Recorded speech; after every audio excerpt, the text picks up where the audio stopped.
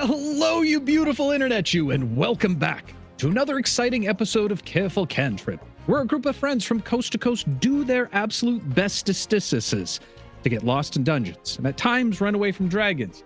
As always, I am your host in ever-loving universe, and these warriors of the dice beside me, they're my players. Guys, you already know what to do. Show love. Do it. Hi. What's up? Hey, how you doing? What's I up? You in the refuse. back? How you been? Do it, Bobby. No. All right, that's it. I am going Dark to... art me if you dare.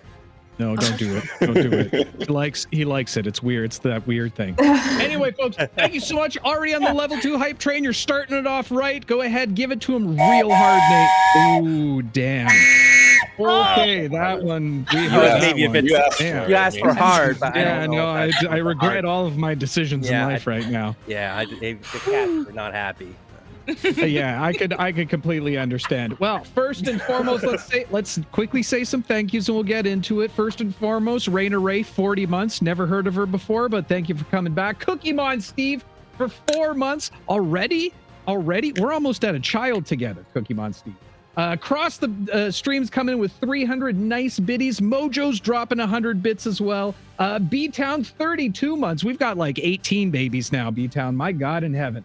Thank you very much, one and all, for your love and continue to support. You keep the lights on around here, kids. You keep them on. And as long as we have the lights on, we can make sure that you see our dumb faces. With that said, I'm going to turn it over to my good friend Nate, because he's going to tell you about some stuff.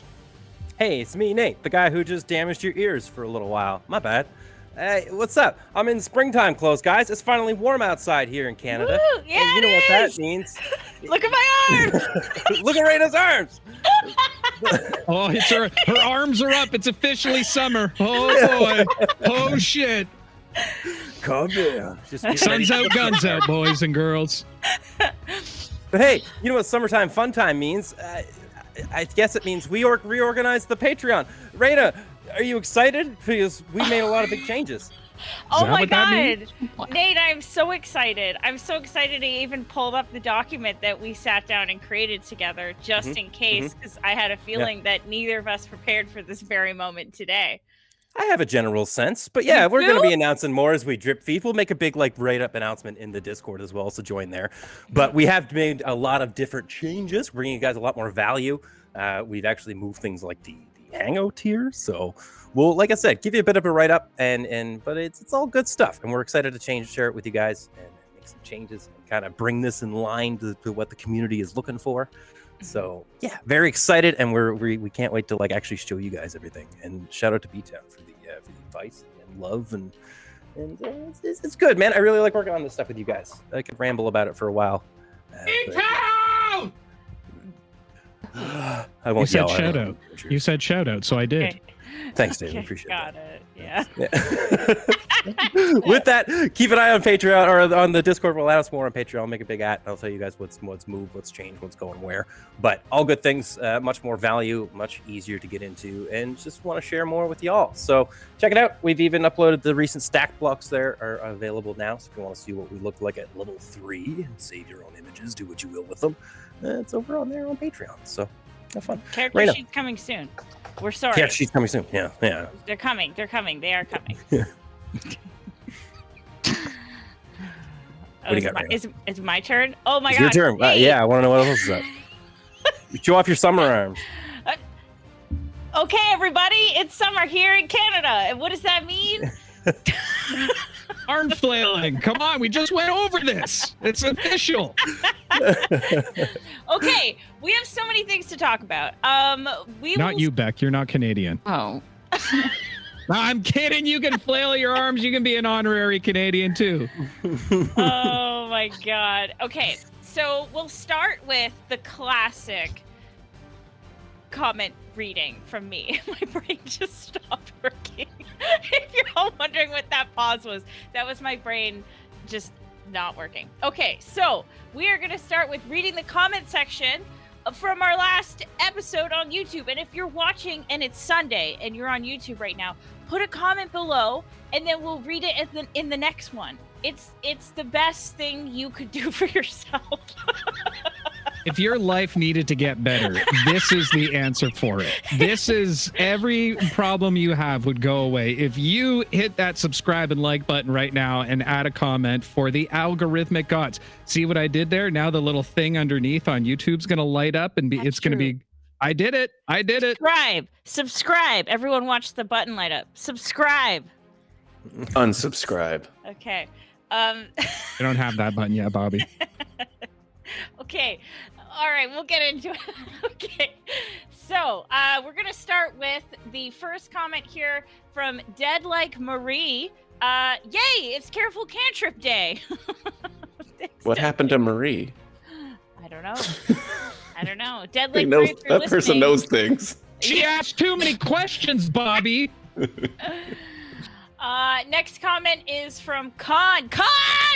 That says, hey, Raina, big fan. Please read this. Thanks.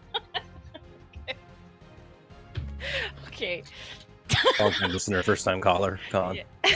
Glad to make your day. All right. Next is from Cyver. Cheers for Beck's first DM walk-off. With the drums. Round of applause for Beck. We're Can all we get very some proud. claps in chat for All Beck? very proud. Well done. Well done. She's finally hit a point where she belongs, where I want to leave. Okay. Next comment is from C-Mac. Rune, pronounced ruin, puts her hand in the pile and shouts out TBD. And thus, the barely dependables were born. I like that name. I really like that. That's a good one. I vote for that one. Oh, That's pretty good. That's my vote. Okay, next comment is from Cookie Mon Steve. Hold on. My throat is parched. Okay. I still find it amazing that Jeremy didn't clean up the basement while they were gone. I have the giggles today. I was going to say, what is wrong with you today? It's summer, okay? Her Are you arms heavily flailing. medicated right now? What's Yeah, happening? once the arms come out, it's... It's We don't get a summer, lot yeah. of this in Canada, Bobby. Mostly it's 40 below. Once the sun hits, it's... No, I'm just laughing because I'm like a crazy person. Okay. Yeah, you are. Oh, yeah, we know. Okay, I still find it amazing that Jeremy didn't clean up the basement while they were gone. Or did he make a larger mess because he was annoyed at being left behind? Yes. The answer is yes. Egg. Okay. Next comment is from Commodore Scribe. Or Scribe. I now have an urgent need for a cookie based inside a gigantic chocolate chip. Then I said, what about... hold on. there's a bunch of replies. And I said, what about a cookie inside a fortune? And then C-Mac replied and says, that one seems a bit harder to accomplish unless you print the fortune on the wrapper. I like where C-Mac's going with this. And I didn't realize, but oh no, yeah, that is our last comment. Okay. Oh god. I would just like to say, I Nice. think if the party had Rune's fortunes on the wrappers, I don't know if they would eat the cookies. True. So True. rude, and I am what? now plotting in game for something. I don't know what. Okay, the next thing that I need to talk to you all about. First of all, thank you all for the comments. Please keep with the comments. I love reading your comments when they come in and also live. The next announcement is about drumroll. Gen Con! Ooh, are we talking about it already? Ooh, yeah, I mean, it's public now. Oh, okay. So, as you all may know, last Sunday, so if you're watching on YouTube a week ago from now, Gen Con released the event catalog. Woo! What does that mean for you? That means you should go to the event catalog and type in Careful Cantrip and wish list all of our events. That way, on May 19th, when the event catalog goes live for event ticketing, your events will be quickly processed. Sometimes it can mean the difference between getting a ticket and not getting a ticket. It happened to me last year with True Dungeon. Really wanted to go, didn't get a ticket. So Make sure you wish list all the events you want to go. We have 4 events this year because we realized, last year was too much for everyone. So our first event is on the Thursday at 2 o'clock. 2 o'clock to 3:30. It is a seminar panel called GMing 101, bringing your homebrew story to life. And we will have Dave, Dag, Robert Hartley, M from Blackwater D&D, and TBD because Special guest that we're not prepared to announce just yet to increase hype. No, but there is actually okay. The reason that a bunch of events. Okay, why don't we just tell them about the other events so we can start the game for tonight? Okay. The next event is okay. You're probably thinking Thursday. What? The events are so close together. I know. What we're gonna do is literal real life follow train. So we're gonna do the seminar and then we're gonna have a follow the flag and we're gonna lead each other over to our live play because there's only a 30-minute window in between, and then we're gonna read the rest of the cast over there for our very first live play where we get to play together in person for the first time So damn ever, cool. featuring everyone. Woo! It's gonna be so much fun. We have to figure out seating order. So exciting. Okay. So that's Thursday. Woo! Then Friday we got another panel called So You Want to Roleplay with Confidence and Comfort. Have you ever wondered, how do I roleplay? We'll come to the panel and you'll fucking find out. Oh my god. And then on Saturday we have our official CC has a panel, which is actually our fan and community meet and greet with the cast. Yay! And that's at 10 a.m. So all the information is in our Discord. I will be posting more information as we confirm and solidify our special guests. And just wish list those events.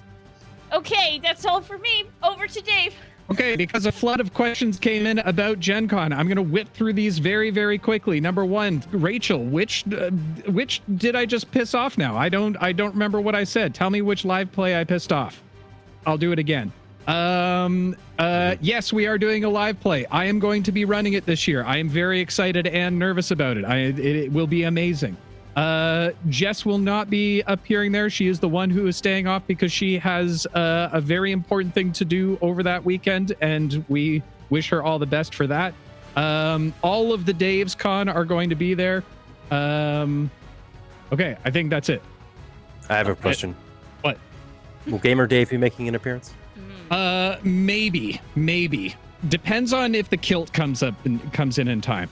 But hey, Gen Con people, if you really want to help us out, especially you YouTube frogs out there, if this video gets to 10 likes, we get a special gift that Raina said just before we went live that we would totally get if we get at least 10 likes on this video. What? We usually get at least 10 likes. We're going to get our gifts, guys. It's amazing. Oh, Finally. Man, that's so nice of you, Raina. That was so nice of you to say. That said,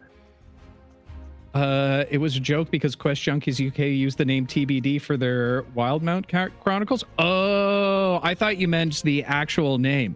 We don't do that over here at Robert Hartlier DM channel. We would never attack anybody else on this stream of critical rolling. I have another announcement. I'm sorry. It's important. So tomorrow on Fireside Chats, I am having Robert Hartley on as a guest. He thinks he's coming on for a lovely time. What is actually happening is I'm bringing him on to troll him. Just kidding. Half kidding. But we also are doing the D&D Am I the Asshole and TTRPG community horror stories. You guys are loving it. Keep your submissions coming in. So if you want Rob Hartley to weigh in on your D&D or TTRPG dramas, definitely, where's it there? Dave put the link. Click that link. It says !stories. Click the Google Drive thing and put your little submission in. It can be anonymous. We don't know who submits it, or you can tell us who you are, and it's going to be lots of fun. and we're just gonna hang out. That's tomorrow, Wednesday, at 8:30 p.m. EST. Okay, thanks. Back to Dave now. A last announcement, I swear to God, is the last one. Just a quick thank you to our sponsors for the campaign of this campaign. The Great Grimoire. Some of the best minis possible out there that you can find right now if you use !GG in chat. If you like minis, if you want to take them into your virtual tabletop game, you can do it all. It takes some work. I can show you how to do it maybe. But they're great. They're fantastic. So thank you so immensely for them as always. Last but not certainly least, I'm just kidding. I don't have any other announcements. Players, are you ready? Ready? I'm ready. Hell yeah! And hey, trippers. Hey, you and me here. I feel like that guy on TikTok that says, come here, snuggle in. Are you ready? I don't know, Dave. Are you sure you don't want to do 3 more hours of announcements? I do not want to do 3 more hours of announcement chat, but hey, trippers, that's enough of enough. So without any further ado, let's go ahead and hop into tonight's episode.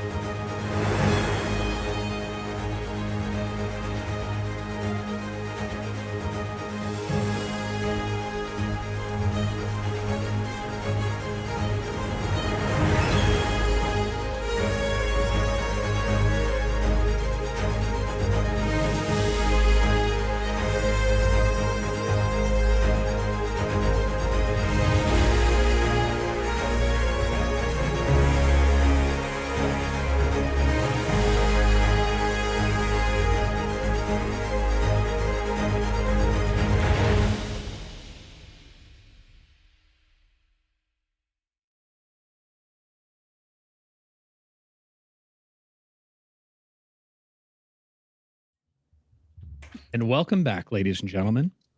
So, when we last left our heroes, having finally returned from the Portobello province, the gang was shocked to find that not much time has passed at all. A mere matter of moments, not the 3 days that they had originally spent while in this strange realm. Speaking to Linguini for a short time, they explained to him their entirety of their adventure, and that his brother Manio was in fact alive and doing somewhat well within the Portobello province.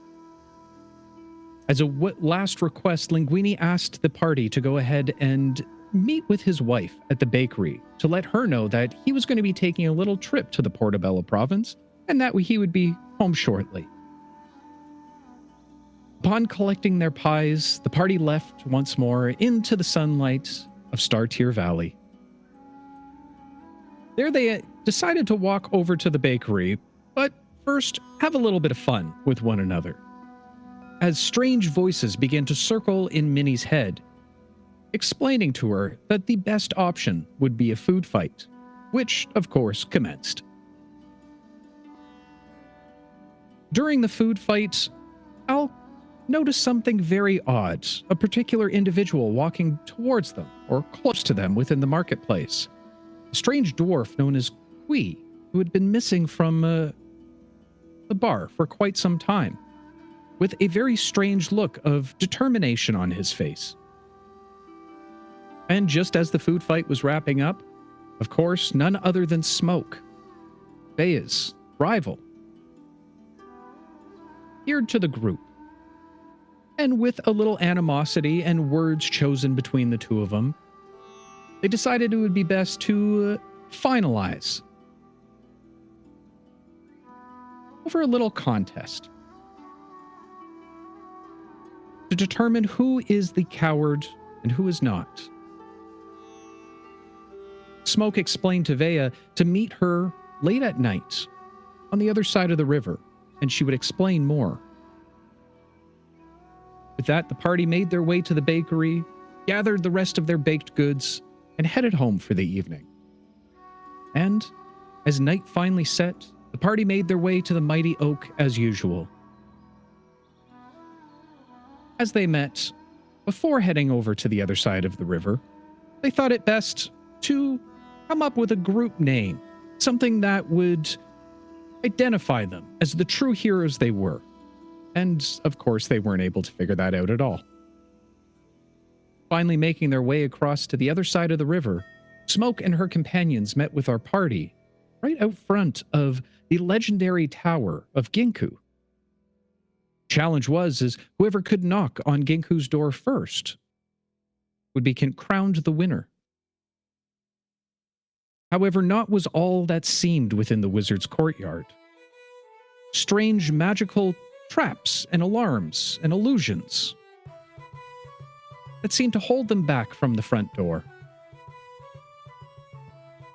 However, the party persevered, continuing forward to the very last obstacle, a strange statue with a being for a head, with a number of eyes.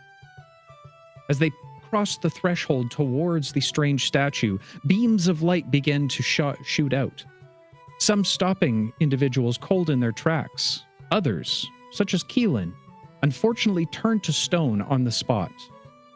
However, as he was transforming, he was able to, for lack of a better word, throw Minnie closer to the objective, where she finally reached the front door, raising her hands in victory, proclaiming herself as Minnie-O, and knocking on the door.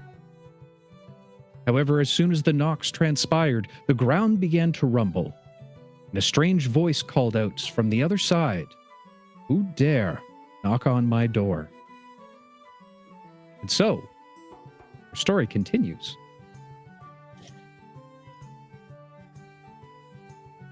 As you stand at the doorway of the powerful wizard Genku's tower, its imposing size blocks even the moonlight from casting further shadows around, making it darker and darker. You're suddenly reminded of its nature. Tales have been told of this tower by the village children since well before any of your births. Some rumors say that the eccentric wizard went mad and locked himself inside of his tower. That anyone who dares to enter is as mad as he is and would be subjected to dastardly spells and experiments. Others say that he collects rare and powerful creatures and uses them to sap their vile magic star essence to further his path to lichdom. While some even claim that there is no wizard at all, and it is in fact the tomb of the Gnome King himself. Regardless of the truth, this is the furthest towards the tower's door that you've ever heard someone make, as no one has ever dared to look inside. As the voice fades and the ground settles, but only for a moment before the tremors continue, the voice booms out again. "Who dare knock on my door?" And again, the quakes stop. But the sequence repeats itself again. "Who dare knock?" When you hear another voice from behind the door. Shit! Hang on! I'm sorry! I just got out of the shower." The door swings open, revealing the great and terrible wizard. Standing before you, you see an old human wizard with a long white beard and matching hair underneath a cobalt blue wizard's hat. Long white flowing wizard robes that... Wait, no, that's a house coat. He seems to have stuffed dinner rolls in the side pockets. Uh-oh. Smart. But in his hand, a potion bottle filled with a bubbling golden liquid that would surely kill anyone with a single drop of... actually, on further inspection, that's just ale. Clearly a favorite given the beer belly that protrudes from the housecoat. Thank the gods that he seems to be wearing at least an underwrap that has pictures of ducks stitched into it. Aww. But his mystical sandals are just wraps of leather that are crudely tied around his feet. Out of breath, he leans forward on his knees. "Oh! Sorry about that. I just got out of the shower and I guess I forgot to turn the alarm off. Woo! Anyway, what can I do you for? You're not selling something, are you? I don't have much coin, so I wouldn't even bother at this point. Unless you're part of the Evergreen Scouts. I just love those little minty cookies. I got kicked out of the Evergreen Scouts, actually. But the cookies were really good. Are those shower snacks? How did you know? What? Do you want some? He reaches into a pocket and tears off a little piece of the dinner roll. Here, yes. You have to have shower snacks. Well, what kind of flavor is it? Bread. What kind of flavor bread is it? Flour and white. Do you have a lot of butter in it? Hang on. Pushes his hand out and immediately just a stick of butter appears in his hand, already partially melting, and what looks like a small plastic dagger stuck in the center of it. Here you go. I'll smell it. Does it seem legit? Is there anything stuck to Does it? the soggy pocket dinner roll seem legit? The soggy Yeah. dinner roll is fine. It's the butter she's concerned about, which I fully understand. Go ahead and make an investigation check for me, Minnie. Wow. 21. With a 21, taking a large whiff of this buttery substance. It smells delicious.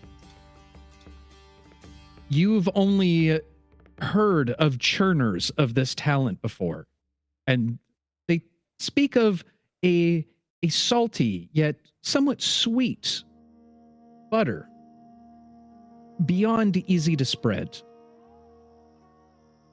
This looks exactly like what's been described to you before.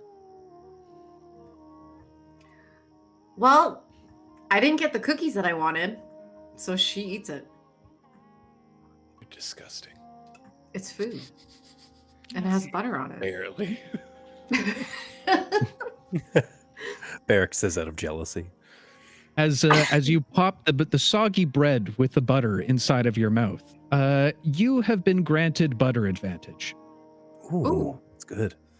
All It's right. good, right? Mysterious. Only works for butter-related rolls. Correct. It is Oh, only rolls. butter-related rolls. Oh, Long enough to see yourself become the villain, I Bobby. get I get it. I get it. I didn't like it, but I got it. Me neither. Oh my It's god. delicious. Thank you. What's your name?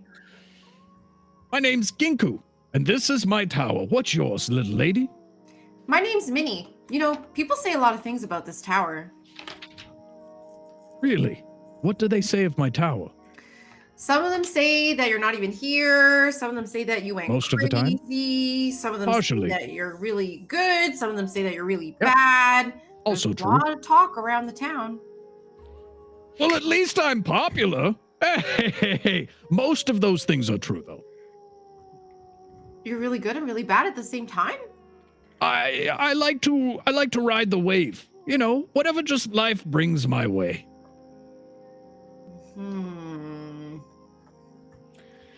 Can I look Now- around to see if my friends are coming? As As- you look around, you do see your friends beginning to approach. Save for Keelan, who is still frozen as a statue. Al at this point would be peering over the bushes before not even entering the yard, and seeing the door open would kind of pan up and be like, "Hey, is he crazy? You dead? You guys dead?" Well, yeah, I think he's crazy, but in a good way. These are my friends. Hey, why did you booby trap your lawn so much? It seemed I- excessive. It was, listen, two answers there that I'll give you. One is it's not really traps, it's an alarm system that I've set up. Nothing here can actually hurt you to a certain extent, or it can't kill you. The part B of that answer, I kind of think it's funny to prank people from time to time. Can't argue with that one. You did turn my friend to stone, though. The old beholder statue gang, he fell for it. Oh, hang on. As he begins to walk over to the statue of Keelan and says, "Hello there, boy. Old boy. Okay, boy." As he kind of strokes the back of his mane. A moment later, you watch as the stone seems to almost drip away from Keelan's body, returning him back to his normal self. Ow! No. It's all right. It's all right. Here, hold on. He flicks out his hand again. Here, have a carrot. Ooh. Okay. Well. He walks back over to Minnie. So, what brings you to my door? We were in a competition. Oh, did you win? I did. I had to be the first person to knock on your door. And I even won, even though my legs are the smallest. And Berrick said that I was going to lose. Isn't that right, Bear? This is Bear. He doesn't look like a bear at all. He looks like a frog. Yeah, he's a frog. I forgot. Do you want me to fix that too? No, I think he likes this. Okay, Toad Bear. Very good to meet you. And this is my friend Rune. Hi. Hi. I have many questions for you that I'd like to check off my And this list. is my friend. Okay.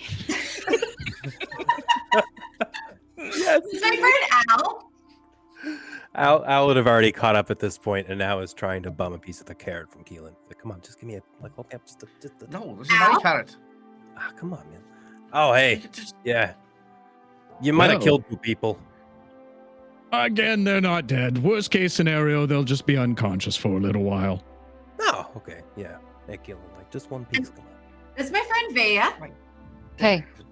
Hey. Tiny piece. It's like, yeah. And that's us. It's a pleasure to meet all of you. He turns his attention towards Al. Interesting to see one of you folk down here. Oh, hey, whoa, buddy, come on.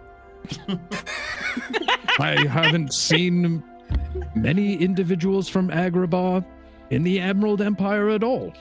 Oh, yeah, you know, I do some traveling. I'm here in town, just being a what do you call it, tourist. Yeah, Make a, good to make a meet. deception check for me, Nate. Okay. Also, wait, just to clarify, you've known us for a very long time. Like, you didn't just show up, right? No, it would have been like 2-3 years. I think I was been here. Okay. Been a minute. 14. Genku stops for a moment, eyes you up and down before giving a smirk. Well, enjoy your travels then. Thank you. As he turns his attention back to the rest of the group. So, you guys like stuff? Yeah. What kind You got of? any things? Shrug. Yeah. Frog sounds. What kind of stuff are you into? This is highly suspicious. You like Good. living a party? I Swords. don't like how he said that. Shiny things, fun things, baking things, Minnie likes sparkly food. things, Oh, delicious things. food. I once saw a bees. guy use a piece of wood and some wheels to go off a ramp. That looked fun. That sounds awesome. I want to try that almost immediately. Mm-hmm. You all watch as a slight flare of orange lights kind of crests over his eyes. Those are some pretty sweet magic goods you got there. It's got some kind of strange essence-y to them, though. I haven't seen that one in years. He waves his hand, and a moment later, Minnie's new book, appears directly in front of him. Ah, I haven't read this since wizarding school. I would recommend page 49. What's on page 49? The bumbling baffles. Trust me, read it over, remember it. It'll get them every time. Okay. She takes it back and like starts flipping through. Trying to count up to the 49 with their fingers. 1, 2. Yeah. So that was it? You guys just came here to knock on my door? Yep. Well, we weren't kind of a whole really bet expecting thing we you to had be going on. here. Yeah. Well, here I am. How do you get groceries? I have a small purse that I generally just reach into, and it's got everything in there that I need. Oh man. Everything? That's pretty cool.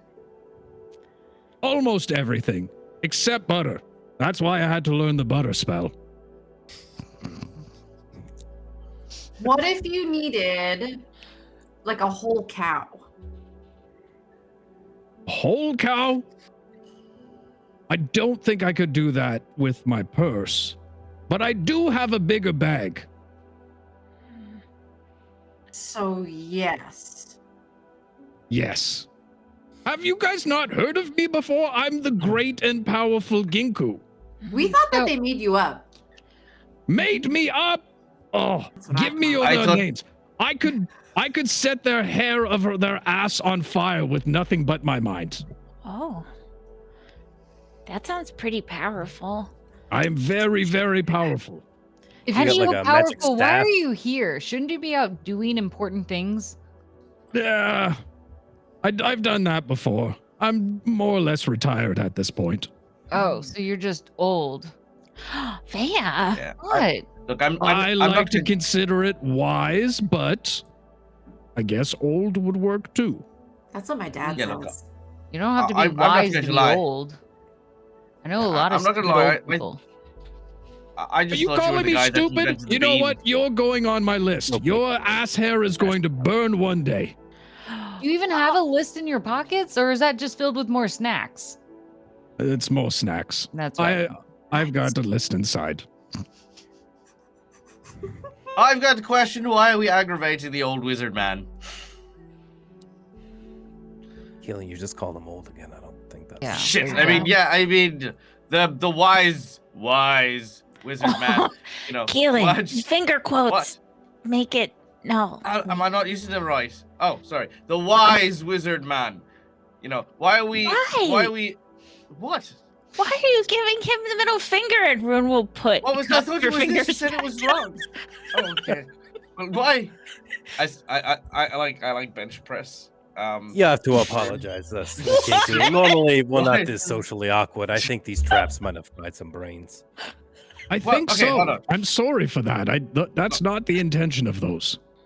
I had a point here, and now I completely forgot it with the finger quotes thing. But I was going to say, do you come to the Star Festival thing, or do you like hang out here in your tower with your bags? I generally like to hang out here in my tower or go exploring, do a little plane walking from time to time. You got Xbox? Well- I mean, you got scrolls? I do Look, have scrolls. Right, sweet, yeah. Listen, we don't mean to What- bother you, but it would have been worse if we let the other people get to your door first. So we're sorry. Well, why don't we apologize by inviting him to the festival? You know, so that maybe he's not locked up in this wise tower with all of his wise stuff. And that Now way, he's getting it. Yeah. Why are you here alone? Because he all smells the very time? wise, and maybe he needs to get out a little bit more. Okay, maybe dial it back just a little bit. Sorry, right, my bad. Are you here alone all the time? No, not all the time. Do you I'm- have like a wife or girlfriend? Oh no. I have my cow bag. Kid? Just as good, if not better. Yeah. I don't know what that means. Barrick and Al exchange a concerned look. All of us exchange a concerned look. I was going to be The very toad eyes. confused. Do you have any Blink one at a pets? time.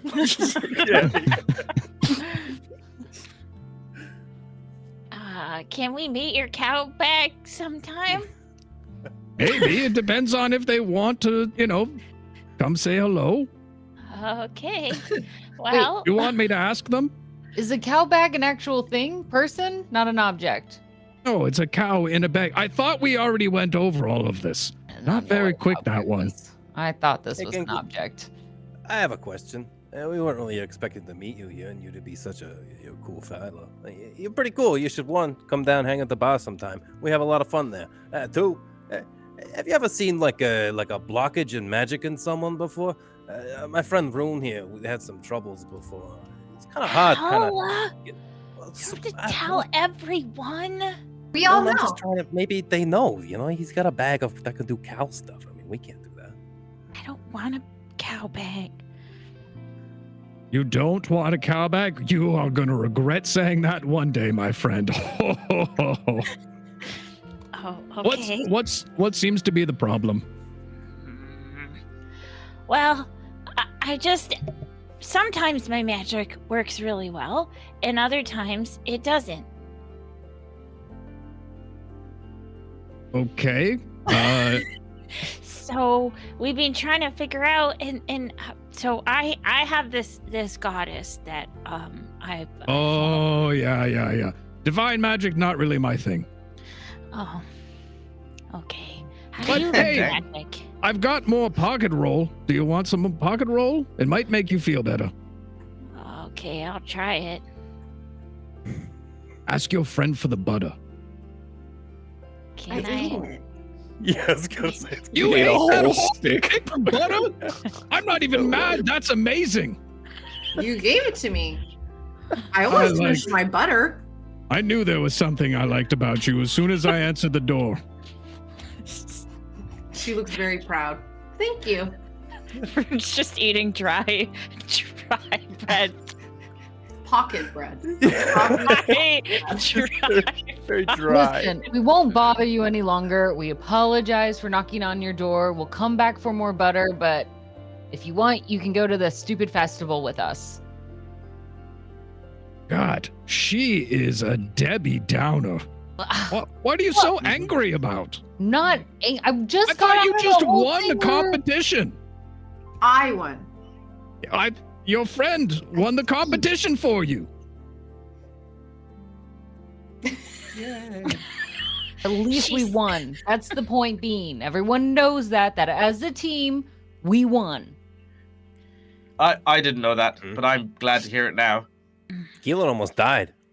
Yeah. I nearly died. I would have saved you. It's okay. I mean, we at least would have made a cool statue. Yeah. I did. That's why I thought I'd pose and give it to one of these. And did I make a handsome statue? Oh, you chose that intentionally. I did. Hmm. Oh, You did left not your like it. face like that on purpose? Oh, it's a long face. No, Interesting no, choice. you can't just say that. You can't just. That wasn't even grammatically correct. You just. Okay. Hey, can we come in and sit down? Can you show us more magical things? Oh my gosh, you can't just invite yourself into people's homes, Minnie. Well, he's always alone here. Maybe he wants friends.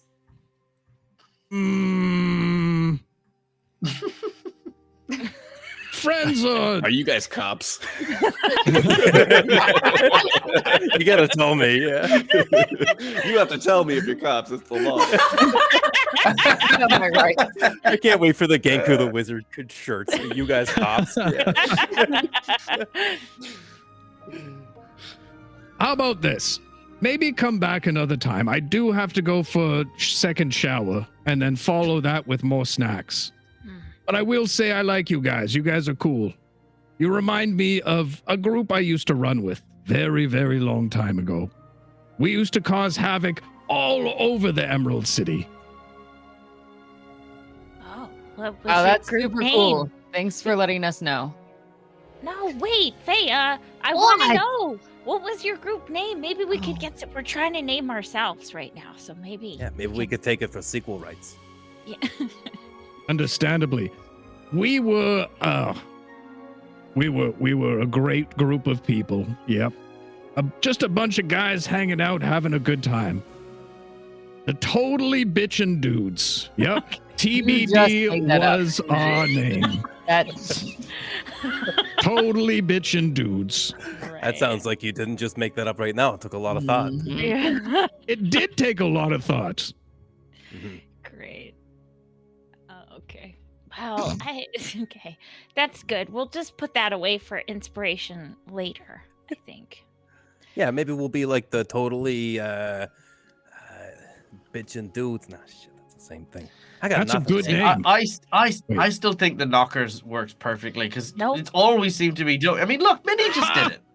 Knockers are like boob names. Okay. They are like boob names. Yeah.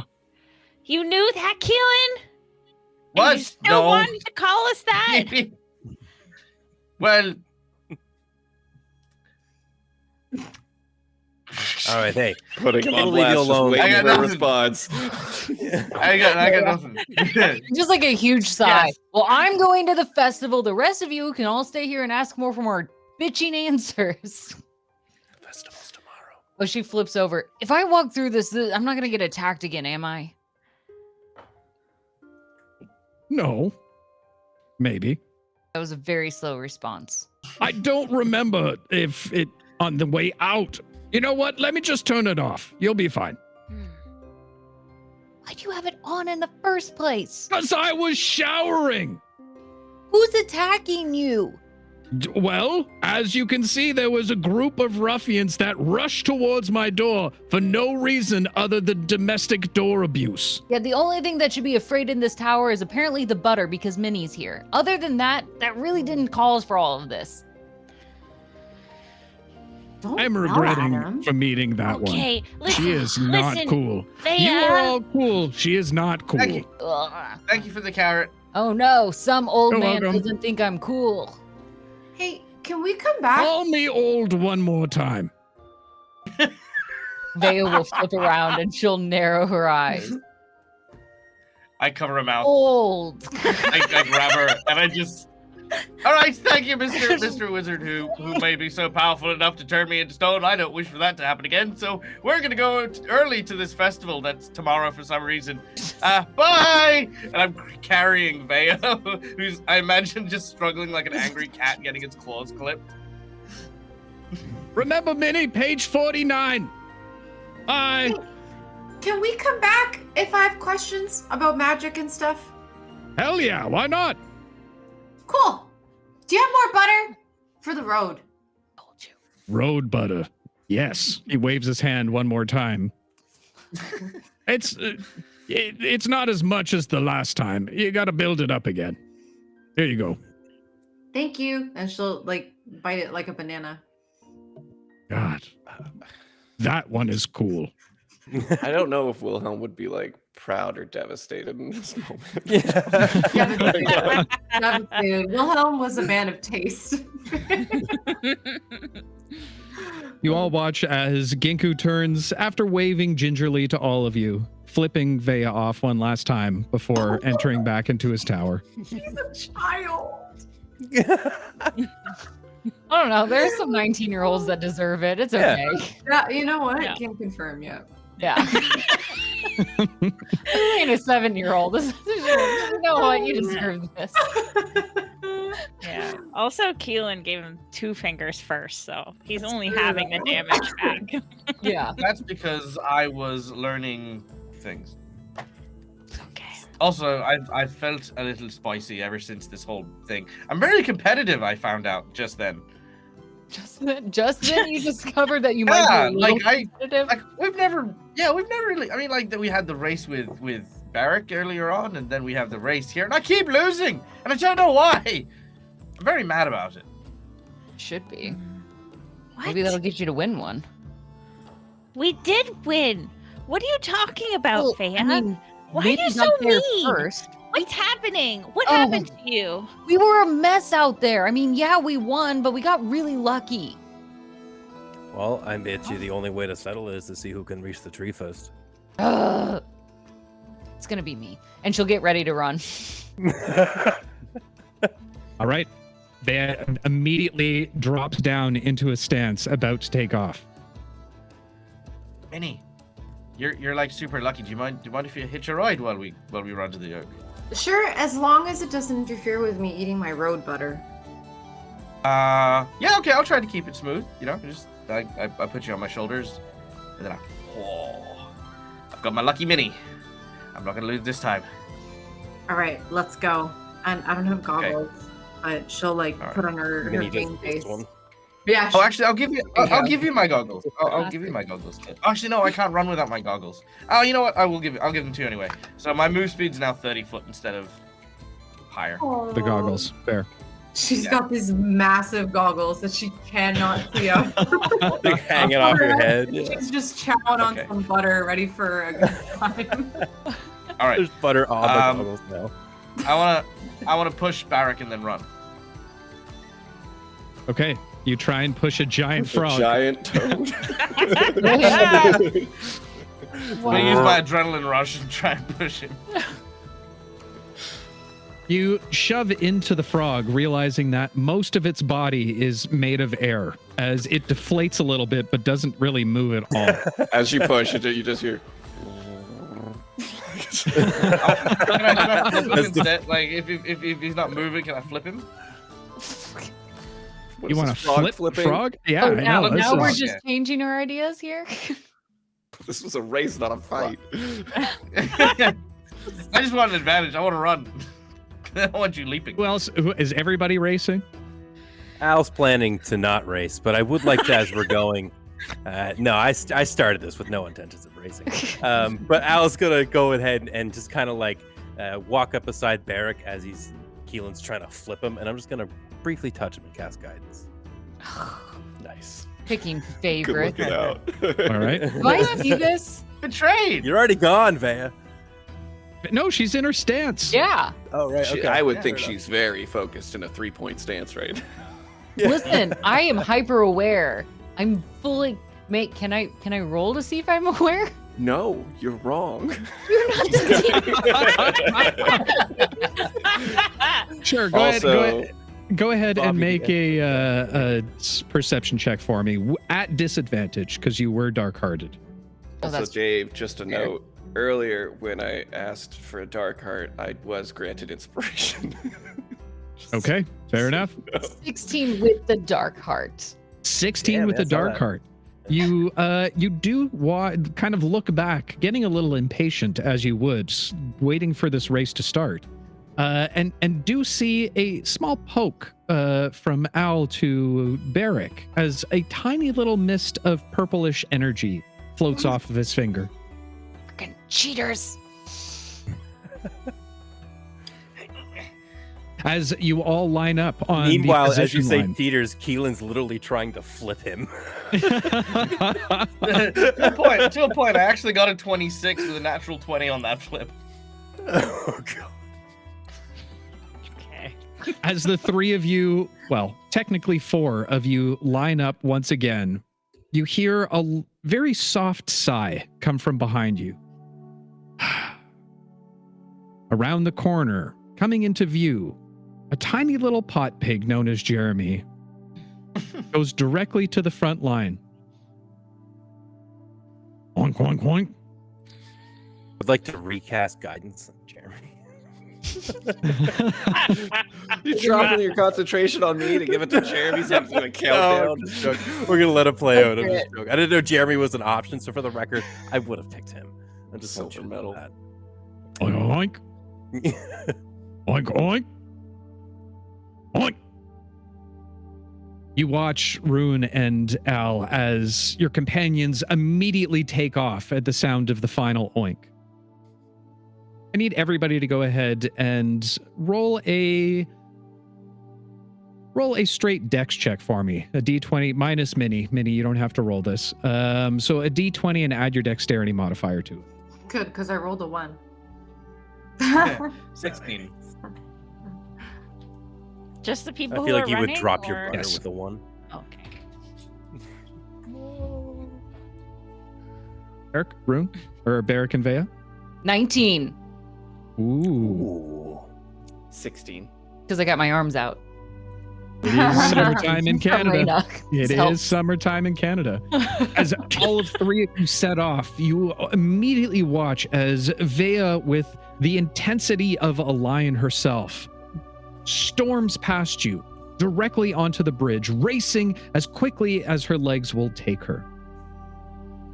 And like movement of the wind, she ends up at the tree first, with both Toad Berrick, and the combination of Keelan Minnie, Key Minnie, as I like to call.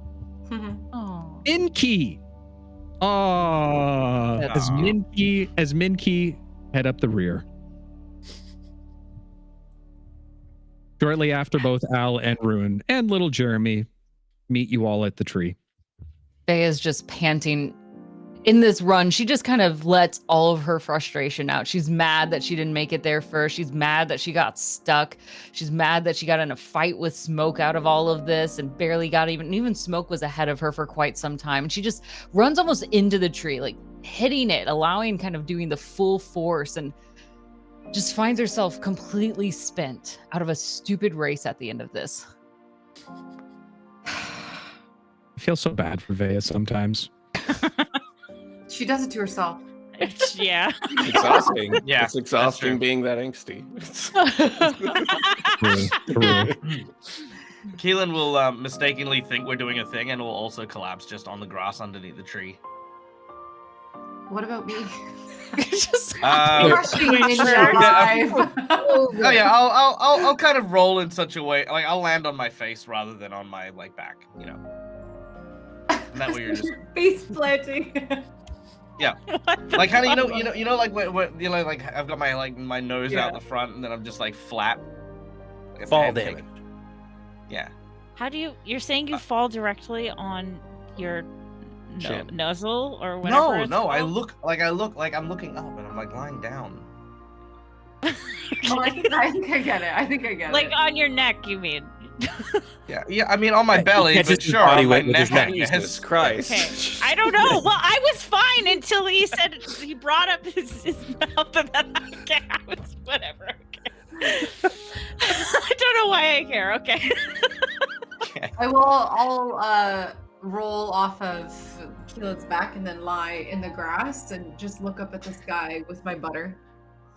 As you lay there looking up at the sky, a small smile graces your face as you begin to feel the familiar licking of Jeremy trying to eat as much of his butter as much as your butter as he possibly can.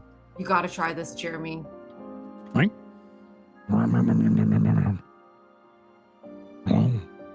The first one he gave me was even better. He flops That was over on nice. his back, kind of depressed state, laying beside you.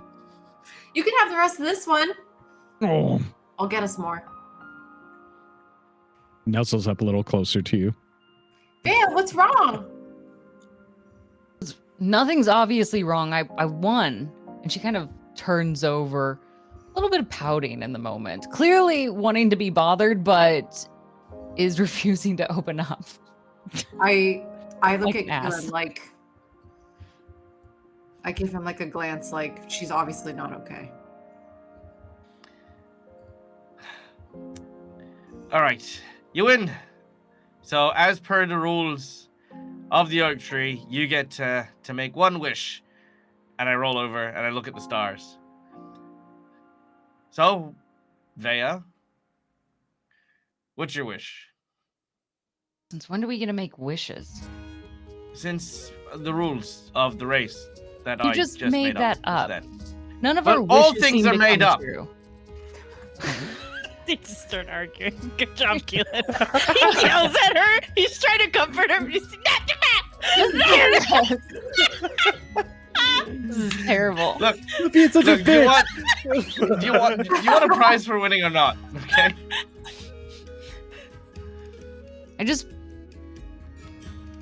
want us to make sure that we're better at these things. I mean, yeah, we beat Smoke, but kind of barely, and they're not even that good. Well, I Keelan, mean, you were turned to to be- stone. Isn't that kind of concerning to you? I got better and I got a carrot. Wait, when did you get a carrot? Oh yeah, the wizard guy gave me a carrot. Oh my god, you all love the wizard guy, don't you? Yeah, he's Gave me a cool. carrot. Also, I I cannot- feel like when winning comes easy, you learn less. When it's more challenging, you have all True. these different kinds of experiences. Like now Keelan's been turned to stone and he knows what it feels like and he knows it's gonna be okay. So next time it won't be so scary. Well, it's not that I I want don't an easy know. win. That's not the point of it. I wanted us to be, I guess, better. The fact that we didn't have an easy win over people who aren't even that good, I guess it just makes me think that we're not really that good either.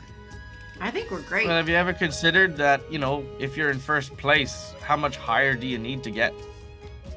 I just think we're not putting ourselves in the right kind of races then. Well, what's the Well- right kind of race for you? Just everything here feels so small. Who wants to keep fighting against smoke and barely beating smoke? Where we just make our entrance to win and all we win is a stick of butter at the end of the day. Is that really what we're doing all of this for? At least when we went with Jack Thunderboar, we were fighting giant beasts, or even in that stupid non-mushroom kingdom that I can't remember the name of the mushroom for. At least in that place, we were saving a kingdom. And even then we weren't really that strong enough to do it on our own. And we just come back here and we're celebrating beating some losers. I mean, you all called them losers. Who cares if you beat losers? I do. I thought we did it for you, Veya, because they were being mean to you. And we wanted to prove to them that we could beat them. And we did. So we Who cares succeeded. what smoke? I know that's nice of you. But no one cares what smoke has to say. It was good Well, for I us to mean- like challenge ourselves, but when we barely won, it was kind of more obvious that we're not that good. I think we're good. I think we have lots of room to improve, but that doesn't mean that we have to be upset at our progress. I mean, we literally just got back from the Portobello province, and it's literally the night that we got back. I mean, where would we even pick up a new task? We need to rest, and I have the festival that I have to do. So, there's lots more coming.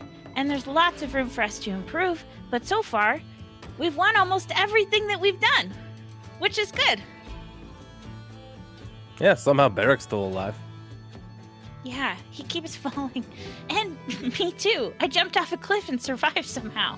So, Is Berrick still just a toad in all of this? It lasts an hour. I don't know how long it took I to would get to the tree. say at this point you've reverted back to Berrick form. So then at that point, when he gets brought up, he kind of reverts back. Someone say my name. What's up? I mean, at least he's learned some new forms. I don't think I've ever seen you be is it a toad or a frog? Toad. It's very, I don't want to I get think it into has to all do the with the feet. intricacies. Is it because you don't know the intricacies? Well, there's He feels frogs it. are usually green.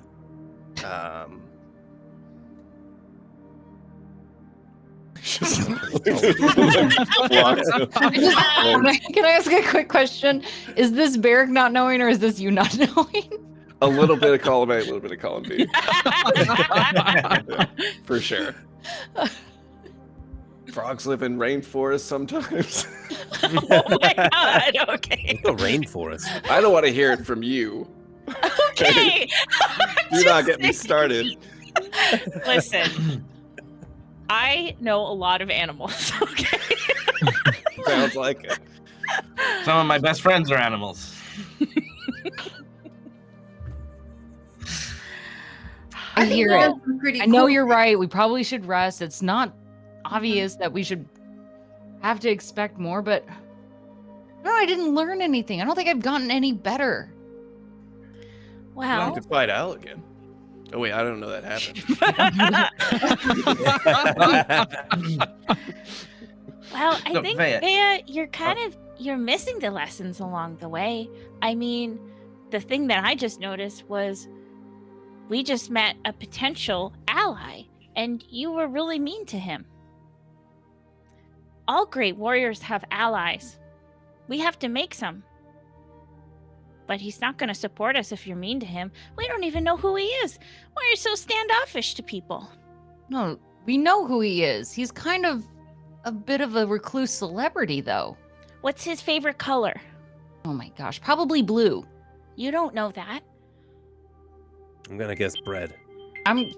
Bread color. Well, we know his I favorite think- flavor is white. I think what they're trying to say, blue. Veya, is the battles that we're facing are still battles, and when we beat them and when we win them, we should have a sense of accomplishment, not diminish our achievements because they're not as grandiose as they could be. After all, why get to the finish line and then defeat yourself for no reason? Because the only person who's holding that standard is you. I just don't want to find myself where all the challenges keep staying the same. I'm not actually growing. If you keep fighting the same kind of things, and you're not but going to here's get the thing. better. A bird does not see how fast the tree grows from the top branch. If you're always watching yourself grow, you'll never see it because it's always other people that see you change and you grow. I mean, I've seen my nephews and my other relatives grow all around me. You ask them about it and they'll tell you firsthand that they can't see themselves changing. They always view themselves exactly the way that they do. I mean, even myself, the way that Matherson treats me and my family talks to me, I'm always going to be the same person, but it doesn't mean I don't grow.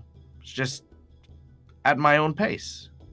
And if I stop appreciating that, well, I think that's going to be the harder bit.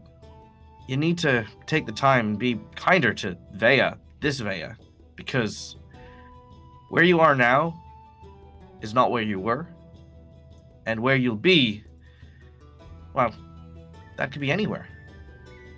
That could be achieving things like freaking Genko in the tower. It could be achieving things like Jack. We don't know what the future holds for us. Wow. Well, Oh. except for you. Obviously, we're going to the festival. We've cleared that. We're definitely going to the festival. But beyond that, we don't know where the future holds. Well, I meant if you all paid more attention to my fortune cookies, you might know what the future holds. Just saying. Like breakfast. Mm-hmm. Fine. I was I'll thinking take more one of your long- fortune cookies tomorrow. Okay, yeah. I have to make some new ones because Keelan ate them all. I just don't I want to. snack when I'm nervous. I'll be honest. I don't know what any of what you just said means, Keelan. But I will say, I think I agree with Veya. I mean,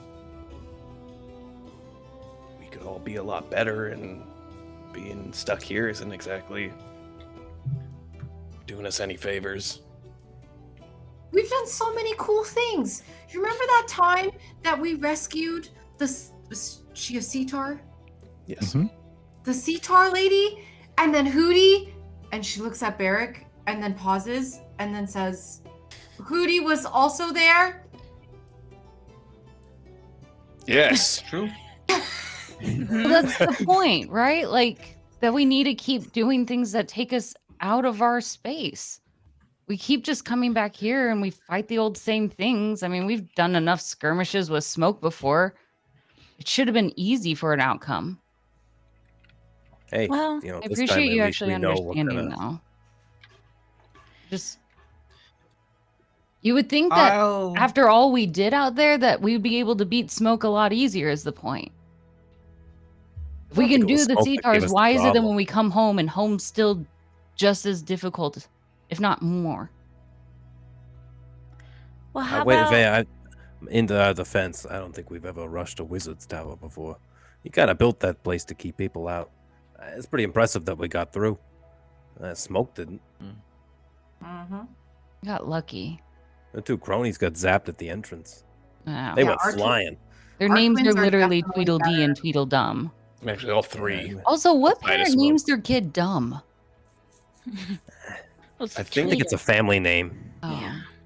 It's the dumbs over on 8th Street. They're all weirdly very smart, except for those two. Star Tier Village has a grid system. Yes. That's what you're saying? 8th Street On is just 8th and the Maple. 8th Street. Yeah, it's actually the 9th Street, that it was built in the 8th in order. You know, Veya, what if we do this? Tomorrow is the festival, and I have to be there. I know. After though, I mean, you know, the falling star that we heard about from Manio, I really want to try and find it. So maybe you can help me, and we can start by leaving and going back to the wishing well. And maybe all of you want to help. Not really, but I mean, you'll die if I don't, so Ah, you'll probably fall down the well. I mean, it's something. At least it's Yeah, I also outside of got here. something. When we were leaving, I noticed something weird too. He's pretty cool. The guy comes into the bar all the time. We haven't seen him in a while. He was acting real weird back in town. The one that smells like pee? I mean, most of them do, yes. What guy? No, Kui. I don't know if you guys know Kui or not. He gets Hmm. around. But yeah, he was in like a... I've never seen him. Normally when he's locking, he's in like... what do you call it? Like a stupa? You know, a little too much of the hey, and then he's kind of just walking around. This was different. I don't even know if he had a drink on him. He still seemed out of it. okay. So, look, we have a plan. Let's go to the festival, because it's really late at night right now. So in the morning, we wake up, we do the festival, then we check in on Kui, and then we set out. I could be But- okay with that. It sounds good. I do find it a little depressing that the most alarming thing happening in the town right now is a man not being drunk. It's a little weird. No, I'm not saying it's like a conspiracy. He just might be sick or something. So if you see him, I don't know, check in with him. Us, not you? You don't want to check in on him? I mean, I'm gonna if I see him too, of course. But if you also see him and I'm not around, maybe do me a solid and see if he's okay. Okay. You all take a moment as you lay on your backs underneath the tree before heading home for the evening, staring up at the sky with very little ambient light around you. You see the stars in all of their majesty.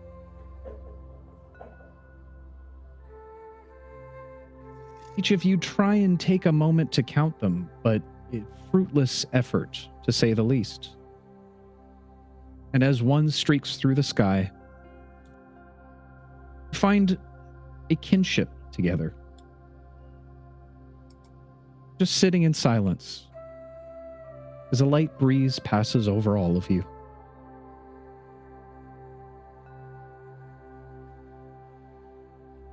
A few moments later, you all rise to your feet before saying your goodbyes and heading home for the evening.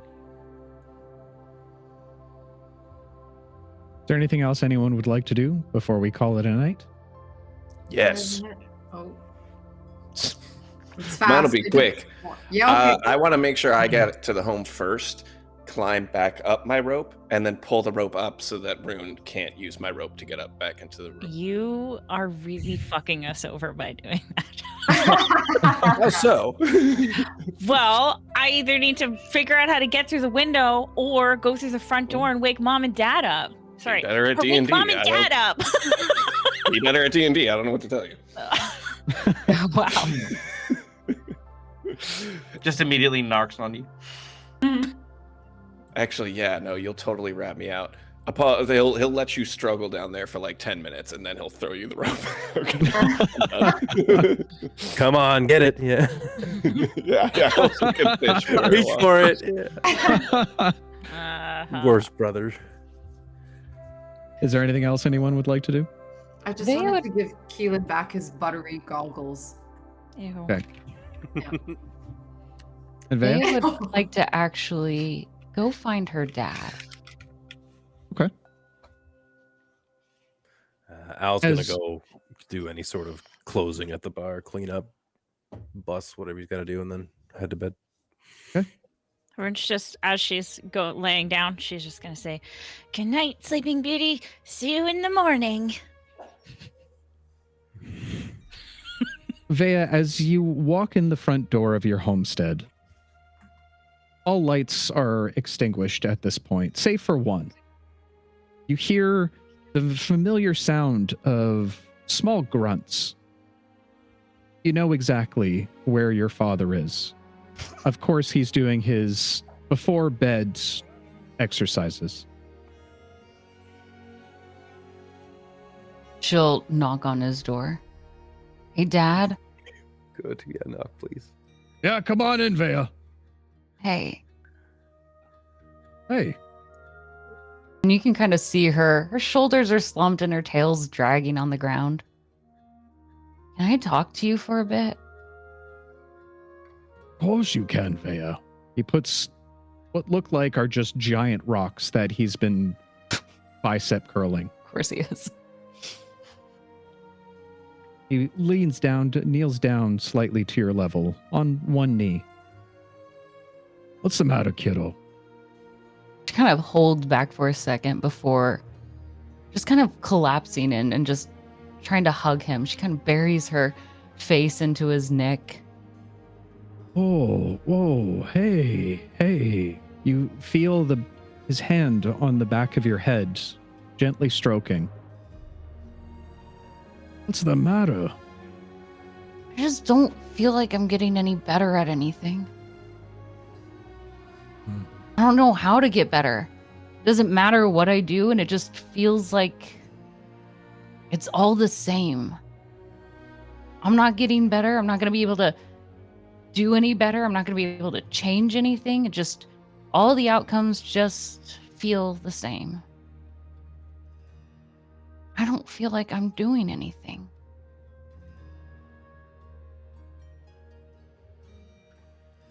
I think I understand, Veya.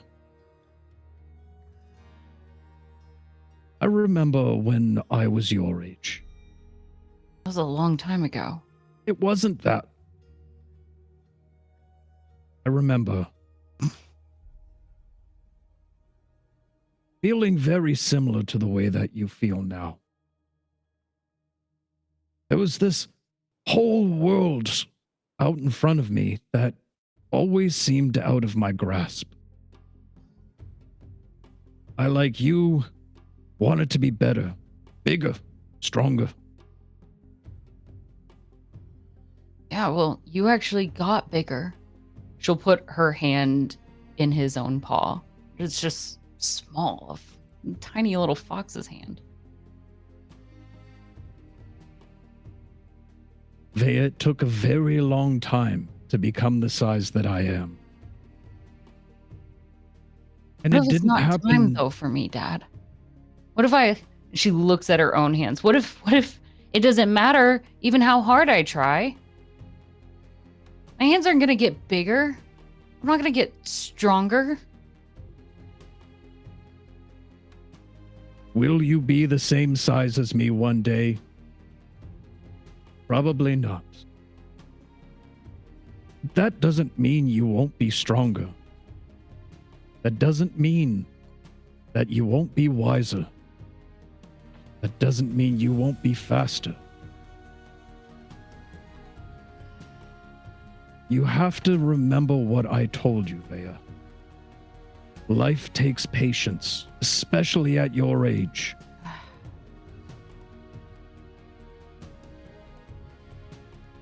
It's difficult for one like yourself, who has a clear vision of who she wants to become.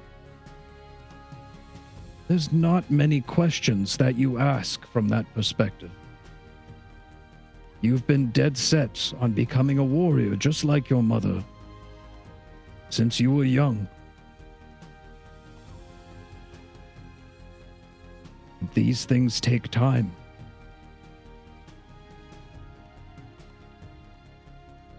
But it doesn't mean you're doing it wrong. Don't ever believe that if that's the way you think. learning and growing. Think about a tree.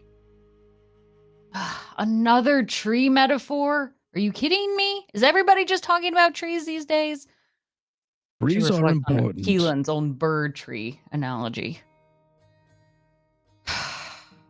Trees take time to grow. Yeah, well, trees can afford to be that old. Some of them are not as old as you think.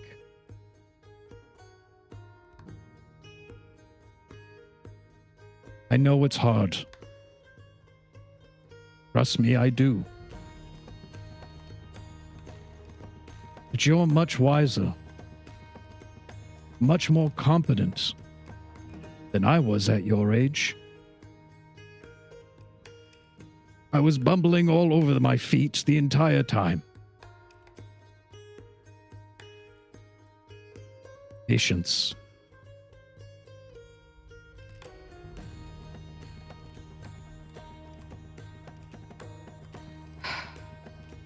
Fine. Patience. Everything's just patience. She goes up and kind of gets off of his knee and looks at that big rock. How much patience do I need before I can lift one of these?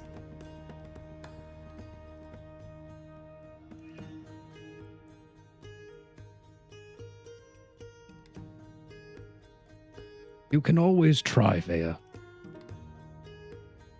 And it might not happen at first. It might not happen second.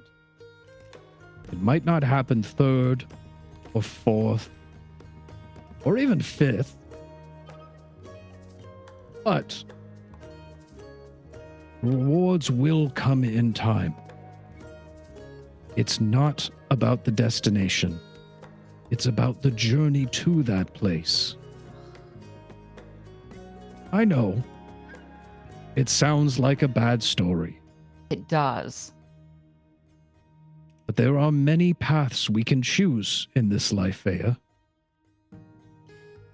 They don't always have to strictly be one. Maybe your path isn't picking up the rock. Maybe it's finding a way around it. You'll find your strengths one day. I promise. And I'm sure rewards will come sooner than you think.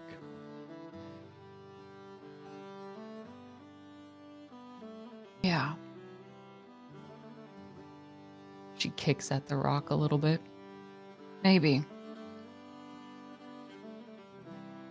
Or maybe I will just stay this size forever. I don't know. I kind of like you this size. It just makes it easier for you to win every time. She takes one of the smaller rocks and tries to throw it at him. Playfully, not like trying to hurt him. Let's be clear. I'm not trying to actually fight my dad. As the rock careens towards his eye. I roll initiative. Yeah. As you quickly toss the rock towards him, it hits his chest as he kind of bounces it around. Ho, ho, ho, ho, as it falls on the floor. Yes, I'm still a little clumsier than I thought. Thanks, Dad.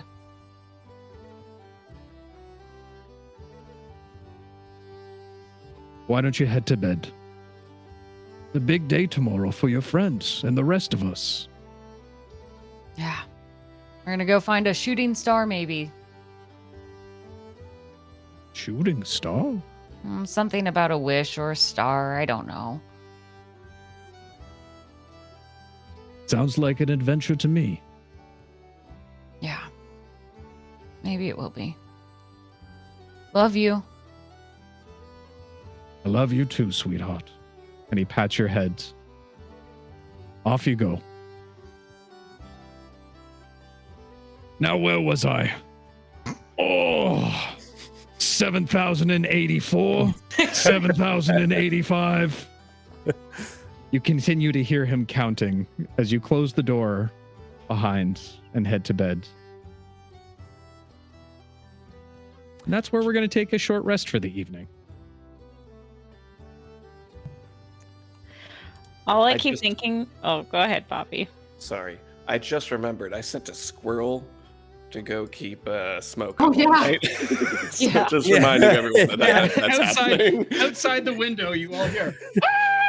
Just constantly. Very faintly and quiet. Yeah. Al's sitting there cleaning up a table, like, "What the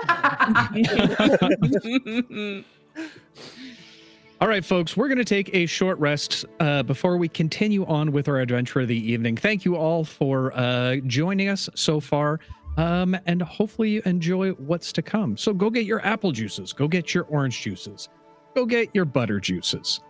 And we'll be back in a few short moments. We'll see you some real soon, guys. Chinese food?" Welcome back, everyone. Hopefully you've been able to find yourself some milkshake and Chinese food, or combine the two together to make a Chinese milkshake. Who knows? Sounds delicious and soy-y. I don't No? mind the taste. I think it would be delicious. Yeah, I'm with you, B-Town. I'm 100% there Sounds with delicious. It's about getting as much food per sip of milkshake as possible, guys. I have this whole ratio. We'll break it down in the after show.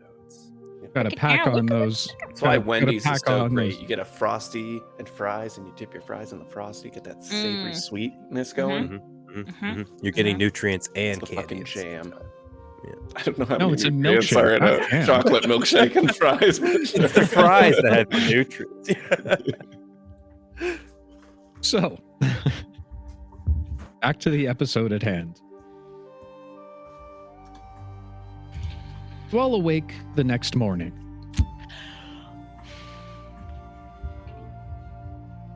Eric. Did I think of that again? Yeah, you should do that again. As per your morning chores, as per usual, you find yourself once again in your father's study, doing filing that God knows you don't want to do at this point.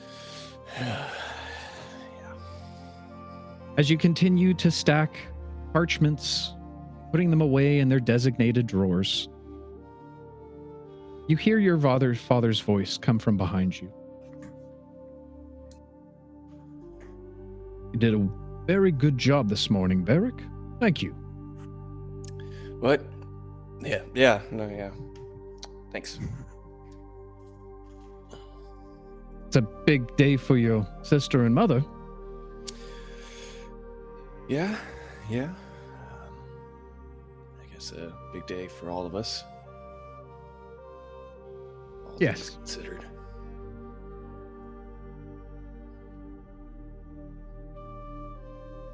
Eric,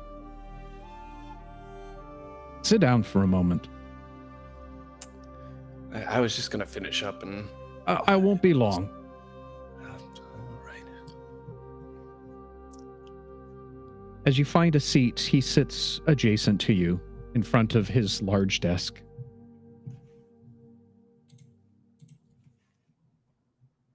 I wanted to talk to you, Berrick.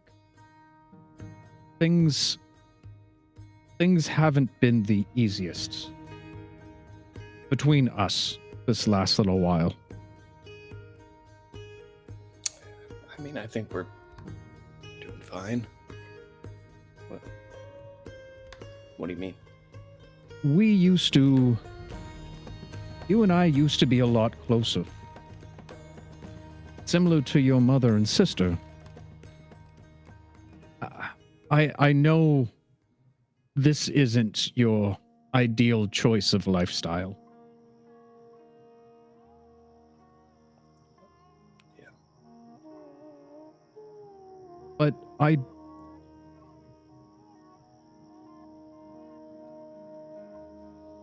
remember what it's like to be your age. Still trying to figure out your place in the world. And I know it might not seem like it, but I myself was in your shoes long ago. I know. It seems impossible.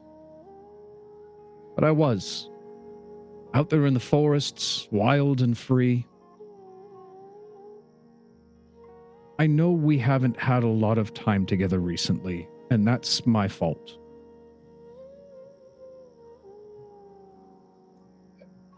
I mean, I don't think it's your fault. I just, No, can't help it. I just want to go and do things, and I'm sorry that I don't love all this.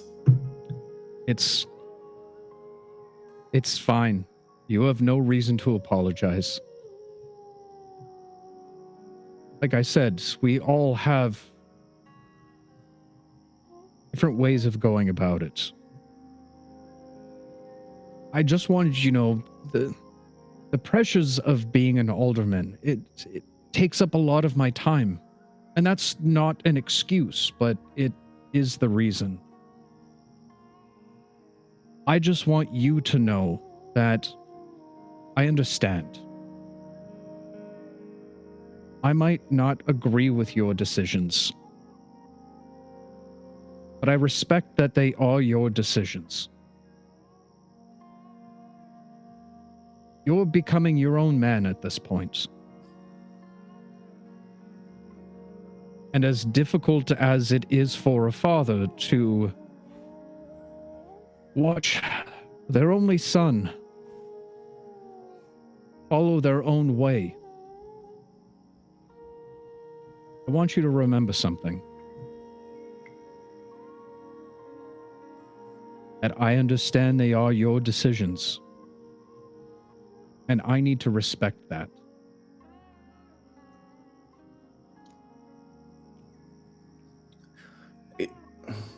Even, like, if those decisions meant we spent even less time together? As I said, Berrick, you're becoming your own man at this point. And no matter what path you take, whatever choices you make, I'll back you. Because whether it's today, tomorrow, or the next, you are my son. And as difficult as you might find this to believe, I trust you. I'd do well to remember that more often.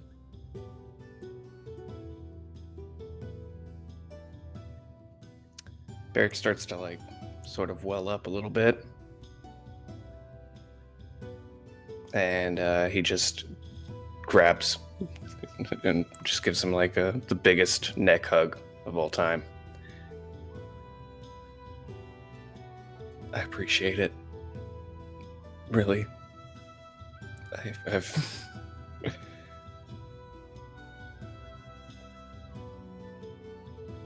I worry about you, though. Worry? So? Do you have any regrets? Plenty. I look at life like a scale, though. When it comes to choices, do the good choices, the positive ones that impact our lives in a good way, outweigh the poor choices. If you look at each choice individually, yes, I've seen many be filled with regret. But if you look at the whole picture, the forest through the trees, so to speak, it begins to make a lot more sense.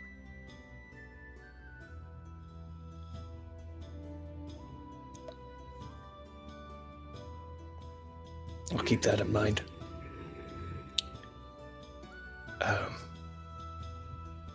I should probably get going. Want to spend as much time with Rune as I can. Thank you for that. You know, Even if it's only by a matter of seconds, you are her big brother. And you wear that duty well. So thank you. We'll just sort of like have his forehead meet his dad's forehead. Before he leaves the room, he's going to take the flower out from his vest, and he's going to leave it on the table for him, and he's going to walk out. I love you, Dad. As he crosses the threshold.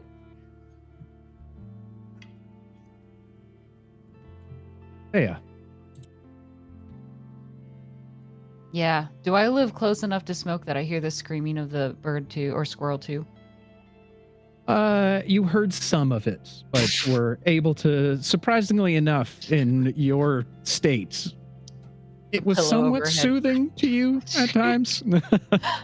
Like, at least it's worse for smoke. Thank goodness. As you awake the next morning, you hear a hard rapping on your door. Yeah? Up and at 'em, kiddo. Let's go. Fine. And she'll... Big day ahead of us. Come on. I know. It's the festival, and there's a lot of people in town, and star stuff, and I have to go eat cookies. Oops. That actually doesn't sound that bad. Oh, you haven't tried these. We'll see. Maybe they're better this time. I'm not going to say anything yet, but they weren't great last time. And she's going to get out of bed. As you open your bedroom door, seeing your father standing in front. Veya, I hope you don't mind, but I talked to your mother a little bit this morning. Am I in trouble? No, not at all. But she wanted to talk to you before she left this morning. Oh, so I'm definitely in trouble. You're not in trouble. Let's go downstairs. She's waiting for us. Okay. As you begin to make your way down the stairs, stopping occasionally to look back at your father in a little bit of a nervous state, he gives you a confident smile and nudges you forward. Mom? Yeah. I'm in here, she calls from the kitchen. I hear you wanted to talk to me. I did. You see her standing in front of the kitchen table.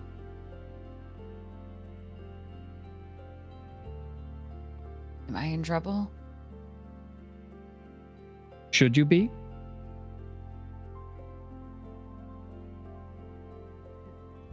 No. Then you're not. Okay. I wanted you to know that I spoke with Jack Thunderbolt. Yeah?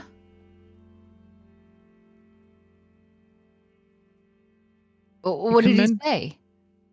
He commended your training. Oh. Said you fought rather bravely. I tried. It wasn't anything terribly impressive. Everybody else actually did way more damage, but I mean, I was there. Well, whatever it is that you did impressed him.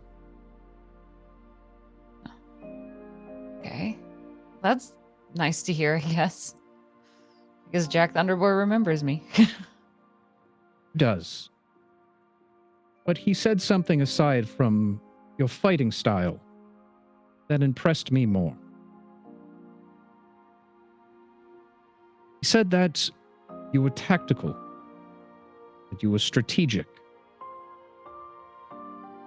Well, yeah, like you taught me. I see that you're learning. I'm trying.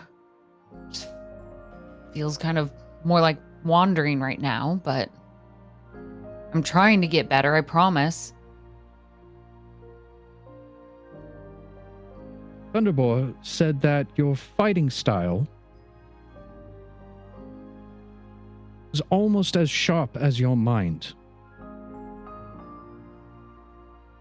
mean, I tried.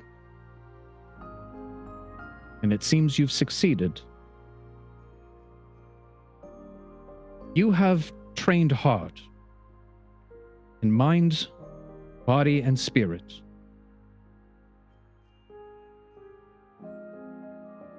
You are becoming what you should. A competent young warrior. You really think so? I would have not said it otherwise. Right. Sorry. Of course. I apologize. No need for apologies, Veya.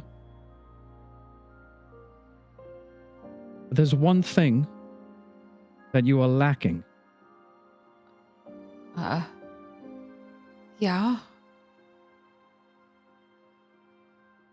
I can improve on it. Just tell me what it is. I'll get better. She cracks a little bit of a smile before it fades quickly.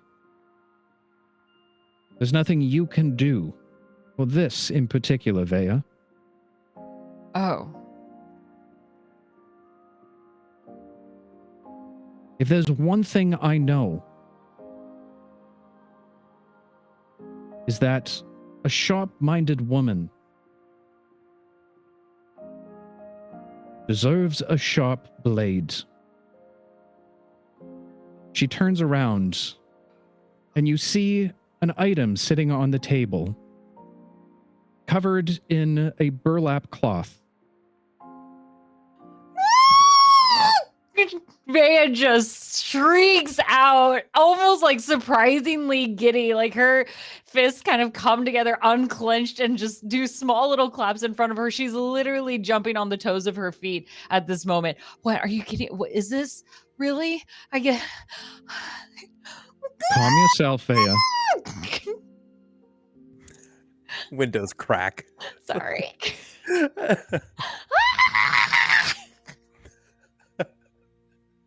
As she holds it out in front of you. This is an heirloom that's been passed down through our generations. You've proven yourself ready for a sword as equally as refined as you are. As she pulls away the cloth, you see a beautifully polished, razor-sharp blade. A short sword. Beautiful, intricate golden details weaved in around the hilts and the guard. And the blade itself almost seems to glow a silvery color. You've seen this many times hanging above the threshold of the fireplace. The heirloom to your family. Blade of the Just. The Silver Song.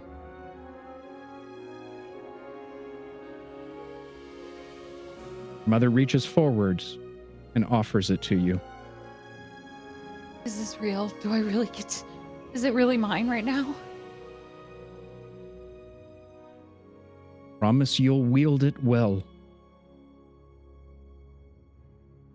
Of course. Veya drops to a knee in a weird form of obedience.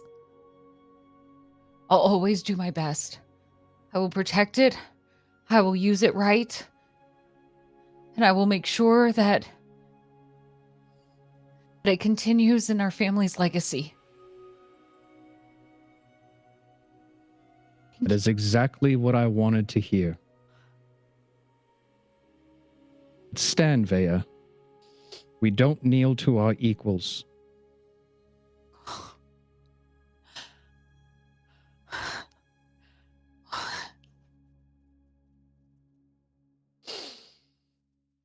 Thank you, Mom. I'm glad you like it.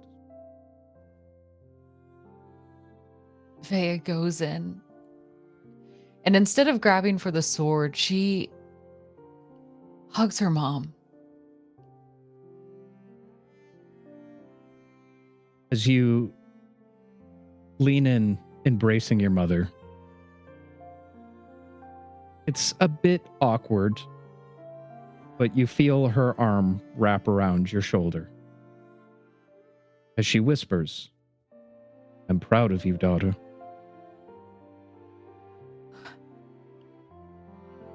Thank you. She just buries her face into her mom's side, allowing it to just hide any tears that she has in that moment, trying to let those words from her mom stay in the air for a second, just to hold them there. And if she could, she would capture it. She would hold it into a bottle that she could carry around with her. That is magic to her, to hear something like that. As you freeze time in a memory, hold it wisely, Veya. As the moment passes and your mother pulls away, I must leave and get ready for the ceremony for the evening. I expect you both to clean up, get some food in you, and join this evening. Understood? Understood. Good. She looks to your father and gives a nod as she gingerly walks out the door. From behind you, you hear your father. "I told you rewards might be coming faster than you thought." She flips it around and just has the biggest grin on her face. "I can't believe it! You didn't tell me at all! You can't keep secrets!" And she just runs to jump into his arms. "Oh, watch the tip of the blade, that's mithril." He takes you in his arms. "I echo your mother's sentiment, Veya. You've made your parents so very proud." Thank you, Dad. I'm going to become so good with this. And she's going to hop back down to the ground and kind of just give it a few swings, getting a feel for the movement, allowing it to just lead her as if in a dance. Almost Feels so like natural. Almost like it's instinctive, like it's meant to be in your palm. It feels like an extension of your very arm. Like you could cut the wings off a fly. Or a stinger off a bumblebee. Or a stinger off a bumblebee. Your father leans back against the wall, large grin on his face, beaming at the sight of what his daughter is. You continue to swing the blade around a few more times, or hilting it. "Well, you heard your mother's orders." Right. No, yes, absolutely. The festival, we have to get ready for it. Do we have food to bring? Should we eat food first before we go? It is morning, and the festival doesn't happen until night, so yes, we'll need to eat food at some point in time today. Right. I'm sorry. She just keeps her hand, even though it's she, just clasped onto that sword. She's just going to do everything one-handed today. Can relate. Jesus Christ.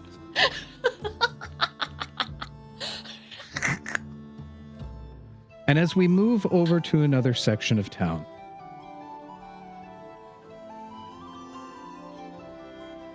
Keelan, as you begin to prepare for the day inside of your room, once again, the last of your kin awake.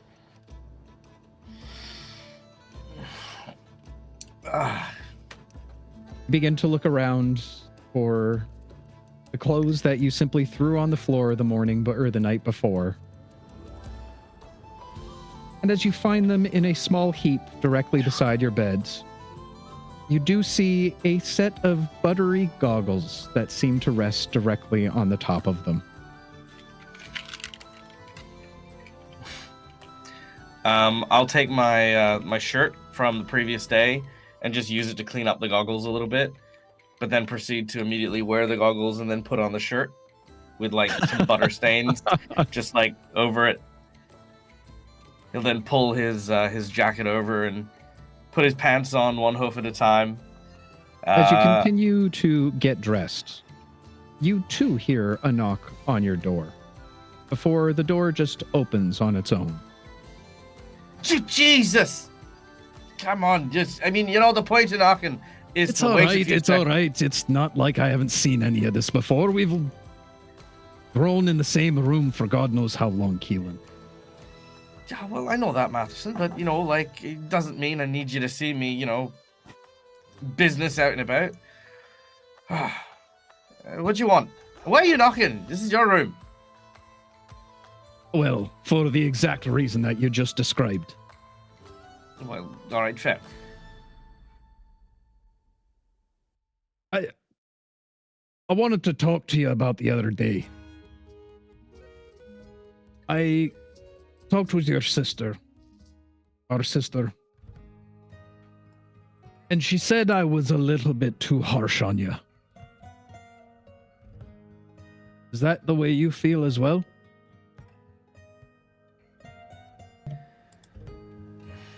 Keelan sort of has this look over his face, like he doesn't want to say yes because it kind of, like, in his way makes him feel like he wasn't strong enough to handle that. He'll say, look, I mean, maybe Cloedna's right to some degree, but, you know, so were you at the time. I think there's a lot I need to learn, and your words are always... I know they come from a good place. I know they come from a place of a lot of the things that I should be doing for the family that I just haven't been able to. And, you know, it inspired me to work harder. And I've been trying, you know. So, we're good, Matherson. We're fine. I needed something to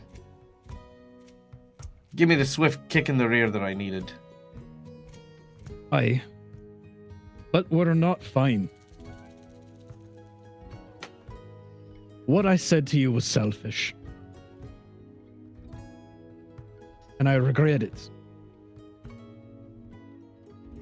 As you know, in a larger family like ours, it can get a bit competitive at times. And that feeling got the better of me this time. In all facts, it'd make a great addition to the herd.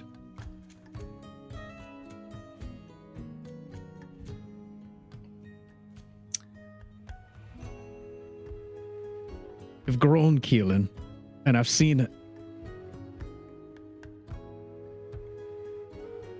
God, I'd have to be blind not to.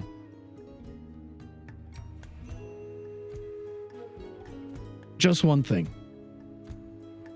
Now that you're all grown, I feel as if we can speak man to man, or wild to wild.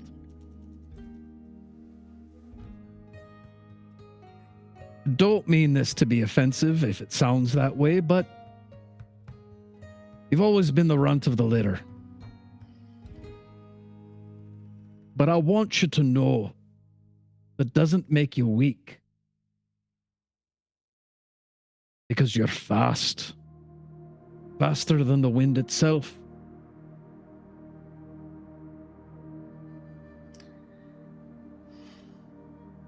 I mean,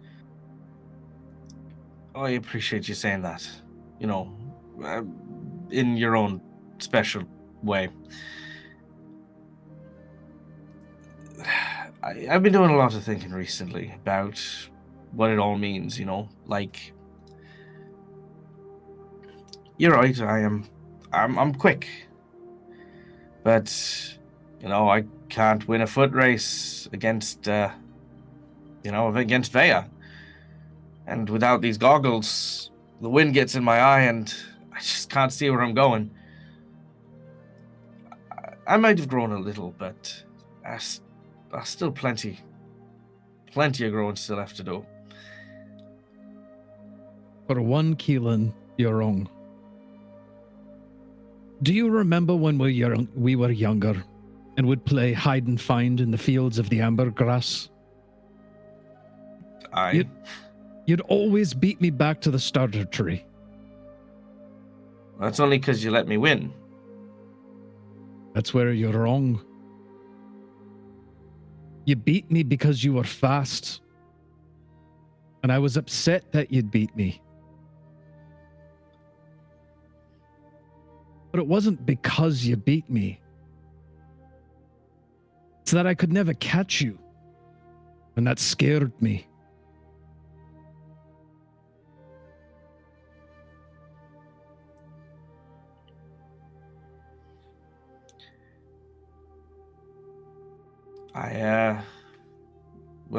I don't know what to say.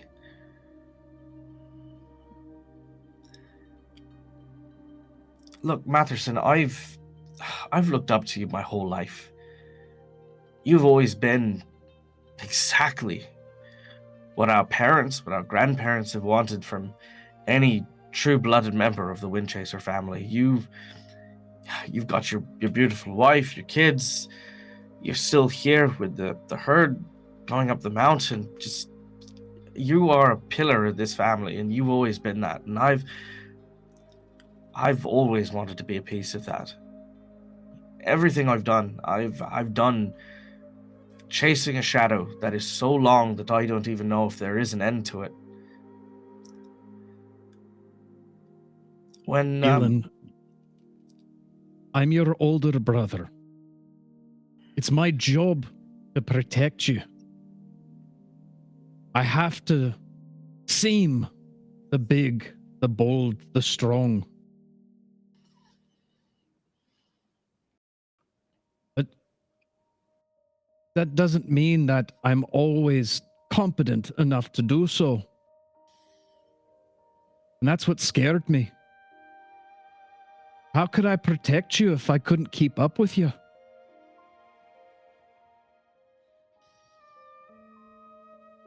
You'll outrun this shadow in due time, Keelan. If you haven't already.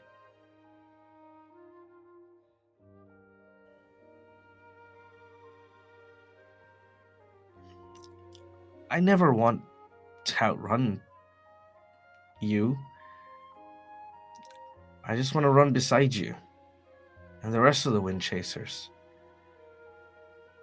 I don't want to be left behind because I'm smaller than you guys. I don't want to get left behind because I'm weaker. And that's again where you're wrong. Whether you believe it or not, Keelan, you already are fast. I'd wager the fastest of all of us.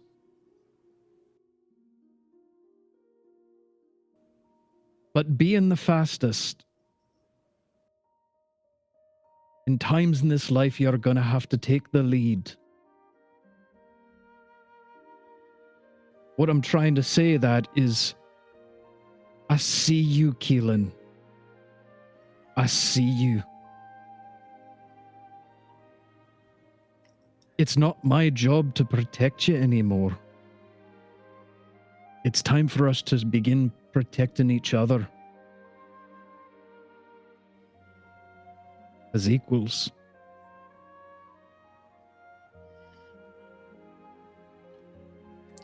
Keelan will reach out with his hand and sort of place it onto his brother's shoulder, and as he does so, a little part of him realizes that when he was a kid, his brother would place his hand on his shoulder, always kind of about waist or stomach high, always kind of as a means to kind of show the difference in their sheer bulk and their size, but also a sign of affection. But as Keelan now reaches and places his hands on his brother's shoulder, he realizes that he's not that small kid anymore. He feels the words that Matherson is saying, and the kind of, I guess, sibling resentment, that heaviness that he held almost falls and drips off him. I'd like that, Matherson. I'd like to look out for each other. And I'm sorry if I, in my own way, didn't appreciate how much you stood up for me. I know. I said you were fast, not stupid. No. I will. No, I think we're both equally stupid, especially that one time we, snuck spiders into Cloedna's underwear drawer. I was very happy to be faster than you that day. As a form of respect and love, he reaches forwards and puts his hand on your shoulder. I'm just glad that we're both faster than her. But one word of advice, Keelan. Now that you're grown and we're all equals, I want to part this little bit of wisdom that I can. When you're out there running with the wind blowing through your mane, don't forget to mind your footing.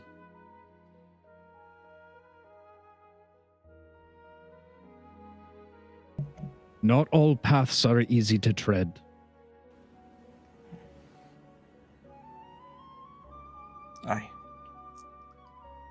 I'll keep that in mind. Aye. Now, let's get some food in our bellies. A big day for the village. Oh, absolutely. I've been waiting for the festival for ages. Rune's been going on and on about it. Honestly, I'll be equally happy when it's all done. Aye. It's not much, but I'm glad that we do it every year. Most Traditions, important. Brings us all together. Aye. Aye. Well said. Let's go get some food. As he wraps his arm around your shoulder and the two of you walk out the door together. I'll close the door to our room, but as I do, I'll give one last look at the wall that is behind my bed, still bare from most of the portraits that I had, save the one that has the picture of our group on it. And I will close the door with just this big smile on Keelan's face. Not too far from the the Wind Chaser abode.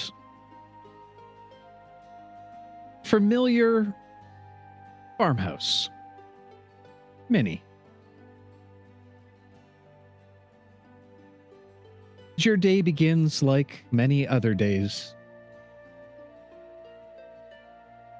With the sun rising and the calling of your father, only for you to fall back asleep again. You eventually make your way down to the kitchen area, where your mother again has cooked up an amazing breakfast. You sit and chat for a while, mostly small talk. As you're cleaning up, your mother turns to you. There's one other thing I forgot to tell you, Minnie. Your father wanted to talk to you this morning. He's outside waiting for you. What did I do? Nothing as far as I know. He didn't say anything about the haystacks? What happened with the haystacks? Nothing. Bye, Mom. And then I'm gonna You'll be take good. like a sausage or whatever and eat it on the way out. In front of Jeremy? He's used to it. The tomato sauce. Just all Just tomatoes. sausage, bacon, the whole nine.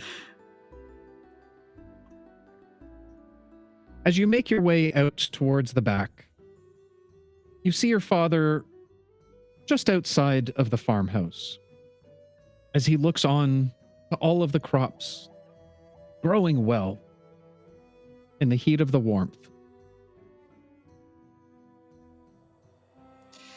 She'll kind of like, she's anticipating the conversation is going to be something about tomatoes or potatoes or something she doesn't care about.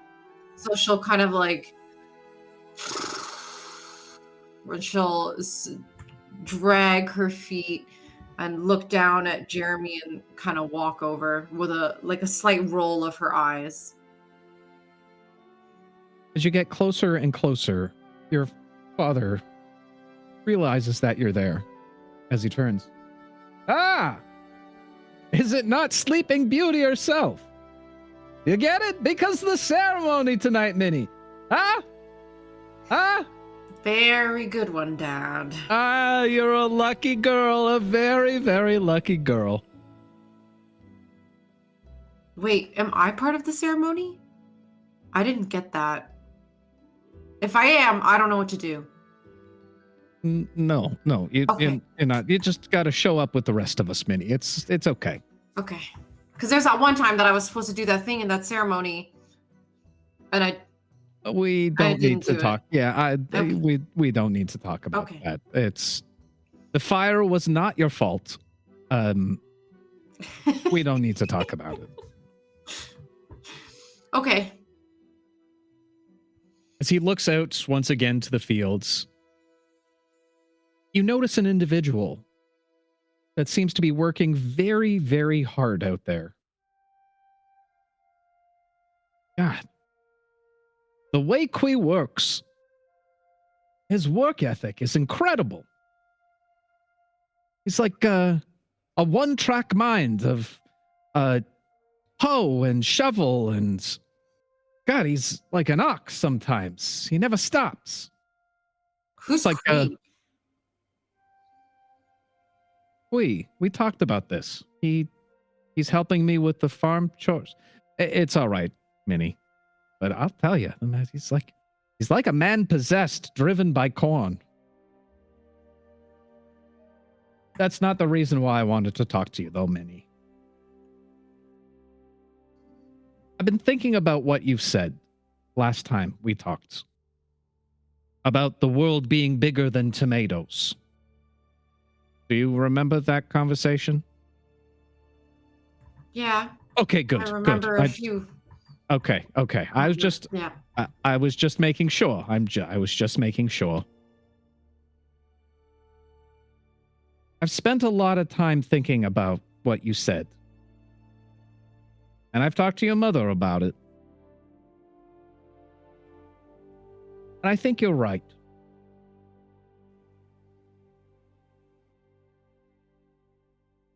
Your mother and I, we've seen our share of the world. And we believe that everything we need is right here. In this little village. You've seen your share of the world? Enough that I'm comfortable with. When? You're always just here. You haven't always been here though, Minnie. There was a lot of life before you joined. Well, you never talk about that stuff. You just talk about tomatoes. I wasn't a fan of the world. It was big, scary, dangerous. A village is small, trustworthy. I know everyone here. I don't have to worry about them doing me wrong. Or you. That stuff really happens in the real world?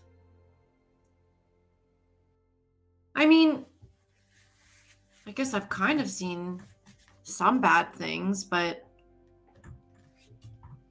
nothing that would keep me out of it and keep me here. It's all a matter of perspective, Minnie. There's good and there's bad out there. And there's a lot of out there. For me, for your mother, we liked it here. It's been safe. It's been comfortable. It's been the same.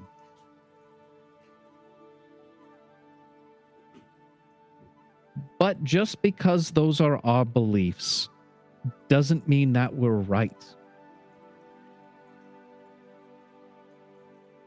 Eventually, you have to choose what you want out of this life.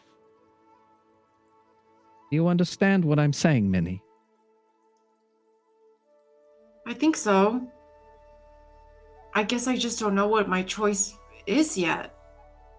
All I've ever known is this. I know.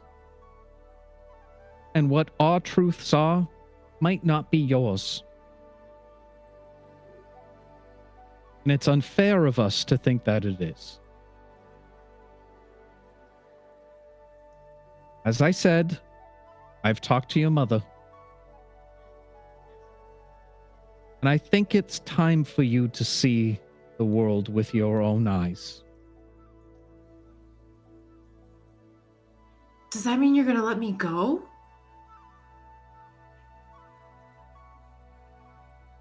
Yes. But we're gonna do you one better. One better. You see, Minnie, in a few weeks, you're gonna get your wish. We've arranged for you to visit with your Aunt Nellie in the Emerald City. I barely remember the Emerald City. We haven't been there since I was small. A very long time. All by myself? All by yourself. With Jeremy. If you want to bring Jeremy, of course. And snacks? Well, snacks aren't people, honey. You can bring snacks. Okay. In 2 weeks? A few weeks. I've sent a letter Okay. to one of the merchants that travel from Seesaw Harbor to the city, and they've agreed to allow you to join them on their next trip back. Can I bring my friends too? That's not up to me to decide. I think they need to speak with their parents first, but I don't see why that's too big of a problem. I'll send a letter to Aunt Nellie and see if she's got some extra room. They're gonna be so excited. Veya hates it here. Veya hates it here. Yeah. Her mother runs this place. I don't know. She was on this whole rant about how she never does anything here and she's not going to be anyone here. And I think she's going to love this. Well, I'll let you give her the good news then. But you got to promise me that you'll talk to their parents beforehand to make sure it's all right. Well, if they talk to their parents beforehand, just so I don't have to talk to their parents, I don't like talking to parents. Sorry, yeah, that's what I meant. Just make sure that they get their permission first. I can do that. I think now's the time for you to spread your wings. Find out what's really out there. And you'll be okay here without me? Like I said, we is taking up most of the work. The man never wants to stop. She looks at him like a little jealous. Just that he's able to be so focused and patient and he's just automatically good at it. And she goes, well, it's kind of a dumb name, but and he's kind of doing that wrong. Because you always said to do it the other. Anyway, fine. If you'll be fine and Mom will be fine. You Yeah. remembered that. I listen sometimes. After you say it for like the 37th time, usually I hear it.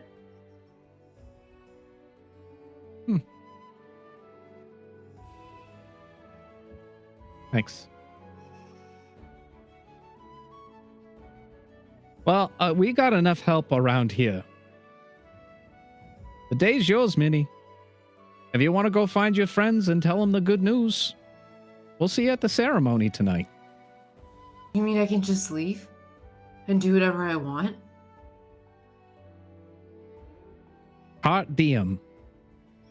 What? Seize the day. Oh. Thanks, Dad. And she'll give him a big hug and a kiss on the cheek. All right. I'm full of mud and yuck. You'll be good. Oh. Don't get into any trouble while you're out there. All Nothing right? permanent. Bye. And she runs. What did she mean by nothing permanent? Oh. And then she yells back, bye, Pete. As you whisk yourself away from the farmhouse.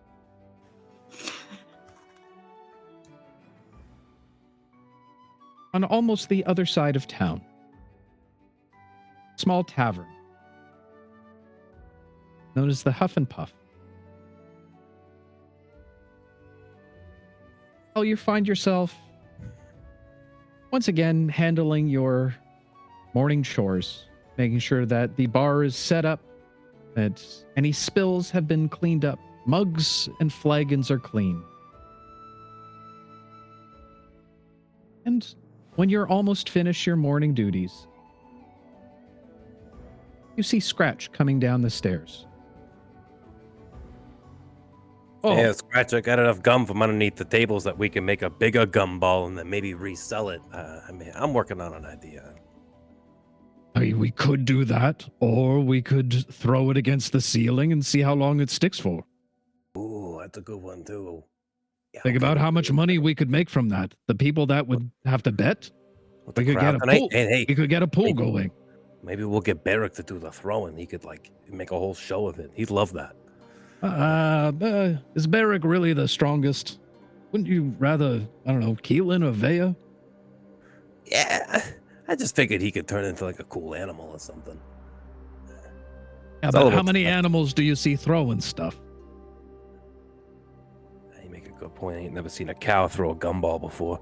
All right, maybe I'll ask Keelan or Veya. I don't know. I think that's a much better choice. Yeah, Berrick, he tries.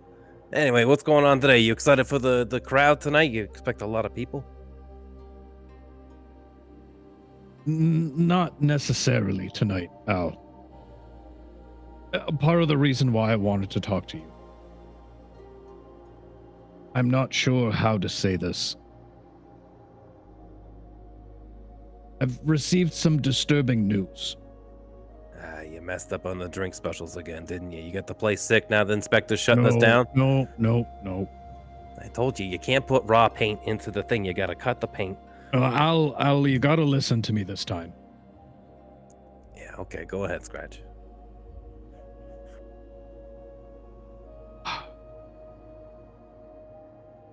There's been word that's reached me of a group of bounty hunters that seem to be visiting villages to the south. Said they're looking for someone from their lands. Wear a scorpion emblem on their cloak. Oh. Ah, shit. Yeah. Maybe it's just coincidence. I mean, it's been a while.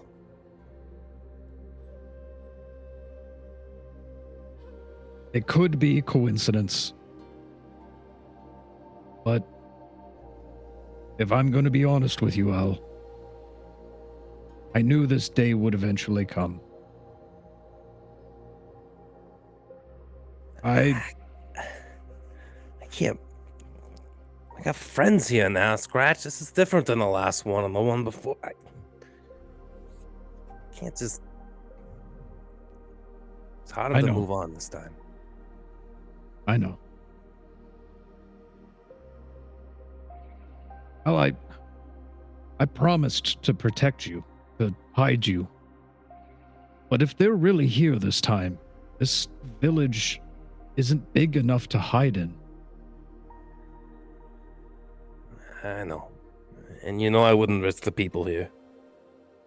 It's not on them. It's not even their fight. Well, I guess today's the last day then. Right?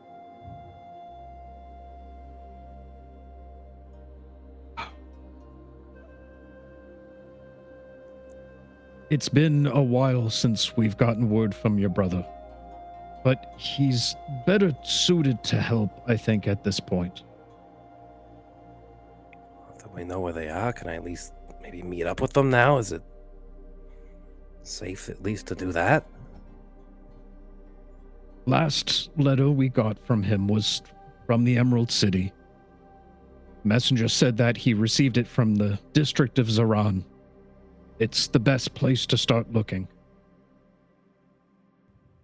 I ain't never been to that big of a city before. Back home's one thing, but that place is huge. I gotta do that by myself? Not All right. necessarily. What I think we should do is... I'll put it this way. From the last information that we've got, the bounty hunties, they're traveling along the coastline towards Seesaw Harbor. By my estimates, we have about 4 days before they reach the village. After the ceremony tonight, we'll say our goodbyes, close the tavern, and we'll make our way under the cover of night. Are you just gonna leave this place, Scratch? I mean, you got a lot invested in this place, too. Yes, but nothing that can't be closed down for a few days or weeks. Yeah. Yeah, okay. Told you, I promised to protect and hide you. That doesn't end here. I know. Not until it's over. Okay. Well, I guess I gotta just make something for the friends. I don't know what to tell Minnie. Maybe it's best not to say anything. Just leave? It's the safest for them that way. The less information they know. Yeah. Yeah, I know. All right. I'll meet you after the ceremony. We'll get out of here. Don't have much, but pack up your things. Like I said, we'll leave after the ceremony. All right? Yeah. And Maybe one day I can... Yeah, Scratch. I truly am sorry. I just really like these ones. Starting to really like one of them. Maybe someday you'll be able to come back here. Yeah. Yeah, maybe. All right. You'll have to tell me about this crush on the way. Hey, look, you're reaching too much there. All right. Go get your things packed up. I'll do the same. Okay, let me go do the things. Hal's gonna kind of shake it off. As he's going, you see he's just like pointlessly sort of like picking at the odd spot of dust and thing as he kind of wanders to his room to gather a go pack. Okay. not too far just outside of town to the east, in a familiar grove. Rune. You and your mother continue to get the area ready for the ceremony for tonight. Tapestries are hung, along with many ribbons covering trees. Small lanterns have all been hung around the entire perimeter of the grove, with what looks like a small makeshift platform grown in the very center, thanks to Elder Muffet, of course. Looks a little bit more like a roofless gazebo with beautiful vined flowers acting as banisters.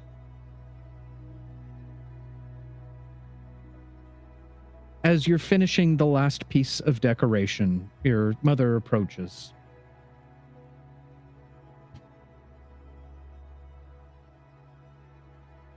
You never cease to amaze me, my dear. Really? Look at all we've done. Yeah, it is looking really good. I think it's better than last year. I know it's better than last year. Elder Muffet did a great job. And we did too. We did. It's not the only reason why I'm happy today, Rune. I'm very happy with the progress that you've been making. You've been studying so very hard. I want you to know I see the time and effort that you put into all of this.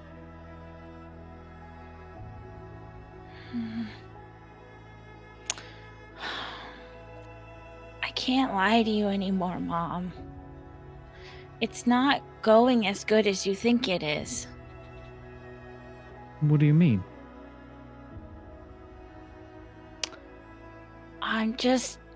I'm not good enough. Sometimes my powers work and sometimes they don't. Sometimes I think I can talk to Sleeping Beauty, and other times I don't think she even knows who I am. And sometimes my fortune cookies are right, and then other times they're really not right. My dear, you're still very young at this point. I remember when I was your age, or close to it. And I received my calling from the Temple of Avalon. I'll never forget Aurora's words through the Lunar Oracle's mouth. That I would grow into that of a Dream Warden one day. It was one of the happiest days of my life. That I would be responsible for acting as a master to some of the greatest acolytes of Sleeping Beauty. That wasn't the most exciting part for me. Most exciting part, when I was told that my daughter would become one of the greatest of them all.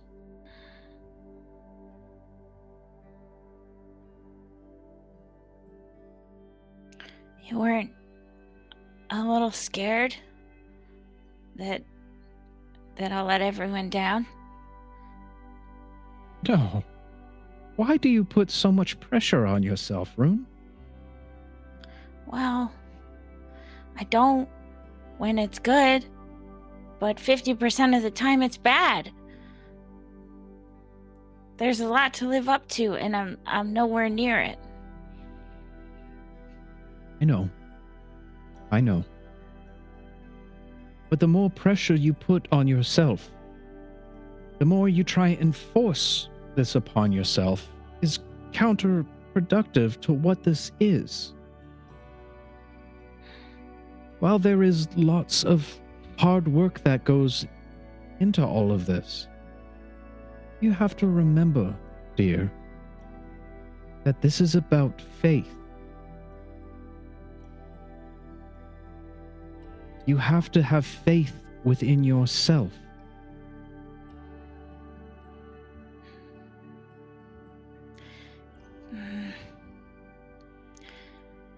Just theoretically, what happens if if I fail, or theoretically, if I don't want to do any of this, just theoretically.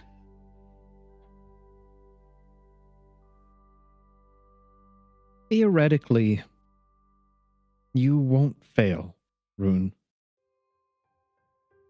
It's been predetermined by the celestial Dreamweaver herself, spoken to us by the lunar oracles. You are destined for greatness someday. Maybe for the position of a lunar oracle yourself.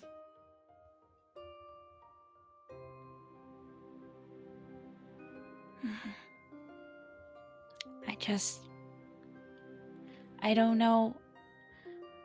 I'm just scared to sort of give everything up. I understand.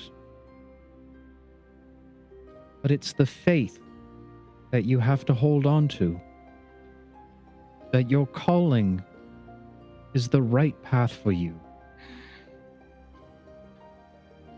And yes, within these times, sometimes there are things we have to give up. Some, it's little. For others, it's a lot.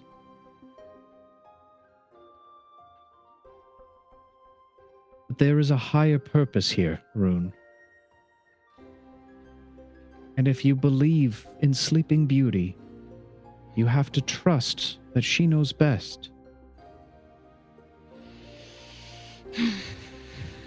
Okay. Can you tell her to be better at talking to me then? Is it her that isn't talking to you? Or is it you that isn't talking to her? You always say these really wibbly wobbly things, and they mean a lot. Yeah, I guess I haven't been doing a good job of talking to her. Let me ask you this in a more straightforward fashion then. When do you talk to Sleeping Beauty? So far, it's been when I'm really panicked and trying to save my friends. And has she come to you in, not necessarily speaking to you, but has she been there for you when needed? Yeah, she helped me save. And Rune is about to say save Berrick, but she just sort of cuts off my friends. Theoretically, she's been there. I think, kind of as a light and a whisper almost.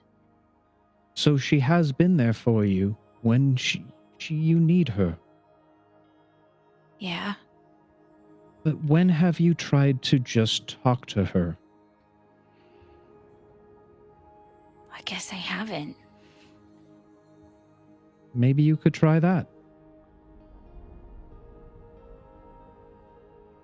Okay. You'll get there one day, Rune. I know. Or I foresee sitting amongst all of our clergy at the Temple of Avalon, watching you pass all of your trials and rise to the esteem that you're destined for. You see, like, Rune's smiling, but she's not sure, like, inside of her. So her smile isn't 100% coming from a place of truth. Good. Twilight calls, my dear. As the sun begins to set on the horizon, there's a few things I need to finish here, but why don't you go collect your brother and father and meet me back here? Okay. Thanks, Mom. And thanks for having my back and believing in me even when I don't. I'll always believe in you, Rune, no matter what. Thanks. She'll give her a big hug. As you give your mom a hug, she gives you a big one back before you turn and begin to make your way from the grove.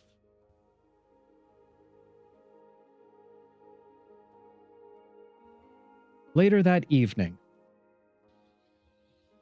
as the night is cast down, you've all found your way towards the grove in preparation for tonight's events.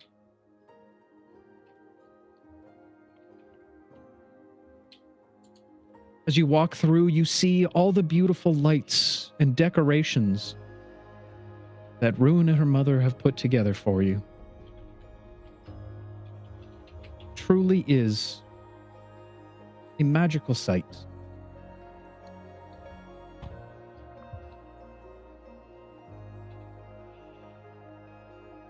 And as the Sleeping Beauty passes through her zenith,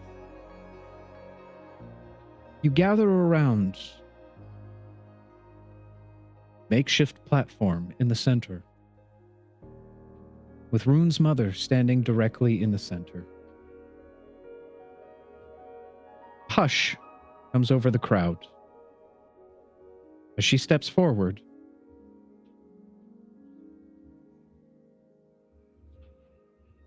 She begins to speak. As the Sleeping Beauty passes through her zenith, we take this day, every cycle, to offer thanks for her guidance. For she guides us all. It's said that each of the constellations within the night parade are the brightest stars for a reason. That from the dark blanketing of night, these are the holes, the eye holes, the gods watch us through. But none speak so highly of the invisible lines that connect the stars. I've always found this curious. Is it not these connections that give the constellations their structure? While they're not visible in the night sky, then why do we depict them in all of our paintings, our carvings, and the likes? I've spent many years of my life in prayer thinking of these invisible lines. And I've come to the conclusion that these pivotal invisible lines are not lines at all. They are the paths to see more clearly.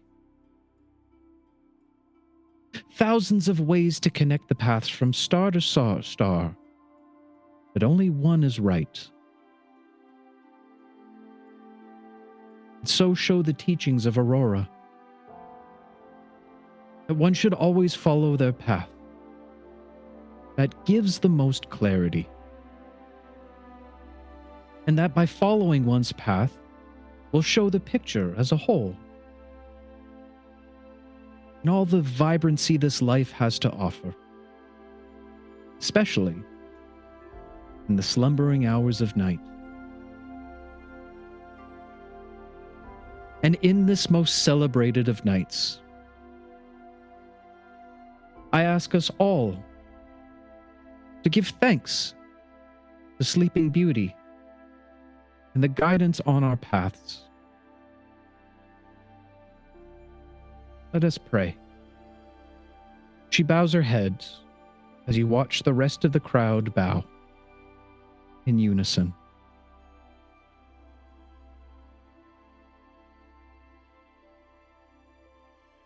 Mother Matron of Moon's Light, look down on us from the stars above in revelry of your beauty.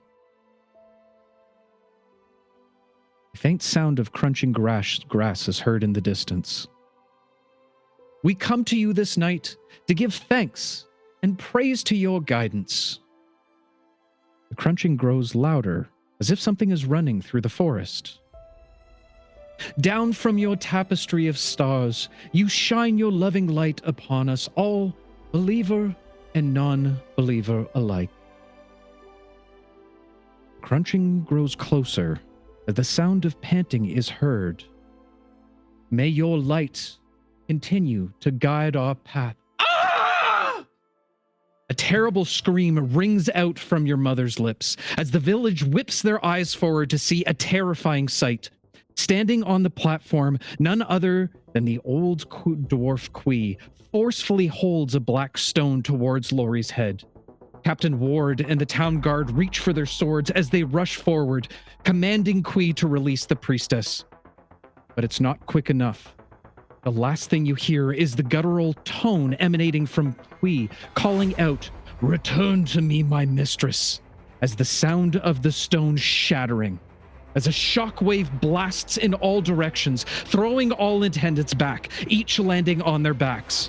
Rune, your vision hazes for a moment as your head hits the back of the ground hard. However, you quickly push yourself up on your elbows, grabbing the back of your head. Your vision begins to return as you see Quee now standing with a wide smile, bowed in front of your mother. She seems to float a foot in the air with a black stone, akin to obsidian, now crudely embedded in her forehead. Glancing around, you see no other movement. The entire village and all of your friends lay completely motionless.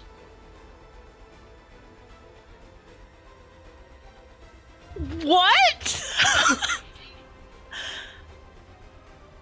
Oh, sorry. We're still going? What the fuck? Why? What do you do, Rune? God, what the fuck? She'll just get up and start running at Quee. I don't even think she again, what the fuck? No plan. You stand up, feeling wobbly at this moment, trying to catch your breath and understand the surrounding situation. When your mother turns to you with a look you've never seen before. It seems one remains. No. Silly girl. Your mother is no more. Only the mistress Belladonna, the wicked witch of the south. Her eyes cast a vibrant magenta hue as her body begins to change directly in front of you. Thorned vines sprouting up underneath, wrapping around her lower body. Her flowing cloak shifts to resemble that of a large purple flower petal as her body begins to sprout clusters of alien-like mushrooms covering half of her exposed torso as her skin begins to take a greenish tint. As for you, poor girl, you should have stayed asleep like the rest. It's much safer in darkness of slumber, even in nightmares. Quee, my love, take care of the young one. I want her body limp and wilted. With a bow of his head, Quee responds, "Yes, my mistress." Quee turns to you with a look of sheer hatred on his face. You watch as he begins to make his way towards you, stepping off of the platform, looking around for some type of comfort, some kind of aid, but find none as the entire village remains still on their backs. More vines begin to spring up from the ground, piercing into him. You watch as they snake their way underneath the skin, wrapping around the bone and swelling the muscle more. The growth tears the shirt to tatters as he continues to expand more and more. He screams out in pain, but never breaks eye contact. And as the thorned vines stop, so does he, as he grins a most evil grin, grinding his teeth with a look of pure rage towards you. That, my friends, is going to be a story for another day. Oh, just casual. Oh yeah. Your mom's possessed, your village is gone. Rune has to solo the bad guy. Good luck. Yeah, that's it. Good luck, Rune. Woo! Good night. How does it feel to know that we all planned that all of our starting characters would die just for this moment? Right.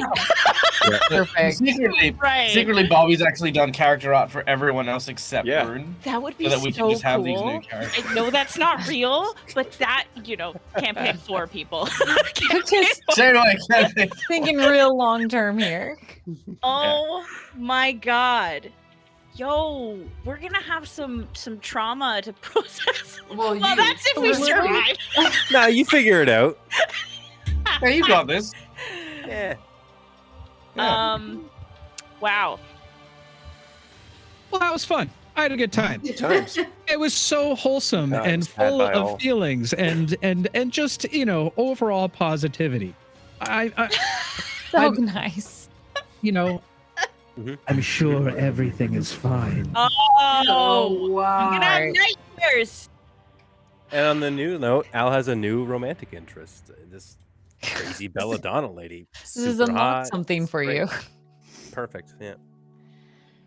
She'll never replace Plizzies for me. No, God, no. It's No. It's a given. With that said, I think that's where we're going to wrap up for the evening. It's been a hell of a ride, and might I cordially invite you all. Welcome to the start of our campaign. Yay! Yeah. Yay! Yay! Can't wait for trauma. Guys, make sure you come join us tomorrow night, where Rob Hartley will be joining my wonderful wife Raina for an exciting episode as always. I'm sure there's absolutely nothing I have planned. Oh yeah. Dave, what's wrong with your eyes? You got something in your eyes. Nope, no, everything's you fine. okay? Don't worry about it. Okay, God. Okay, good. It's all fine. And to all the adventurers out there, whether you find yourself rekindling with those you thought lost in one way or another, or losing all around you in a single moment, I beg you all, just one word of caution. Be careful out there. You can trip. Love your faces. We'll see you in the next one. Take care. Bye. Bye.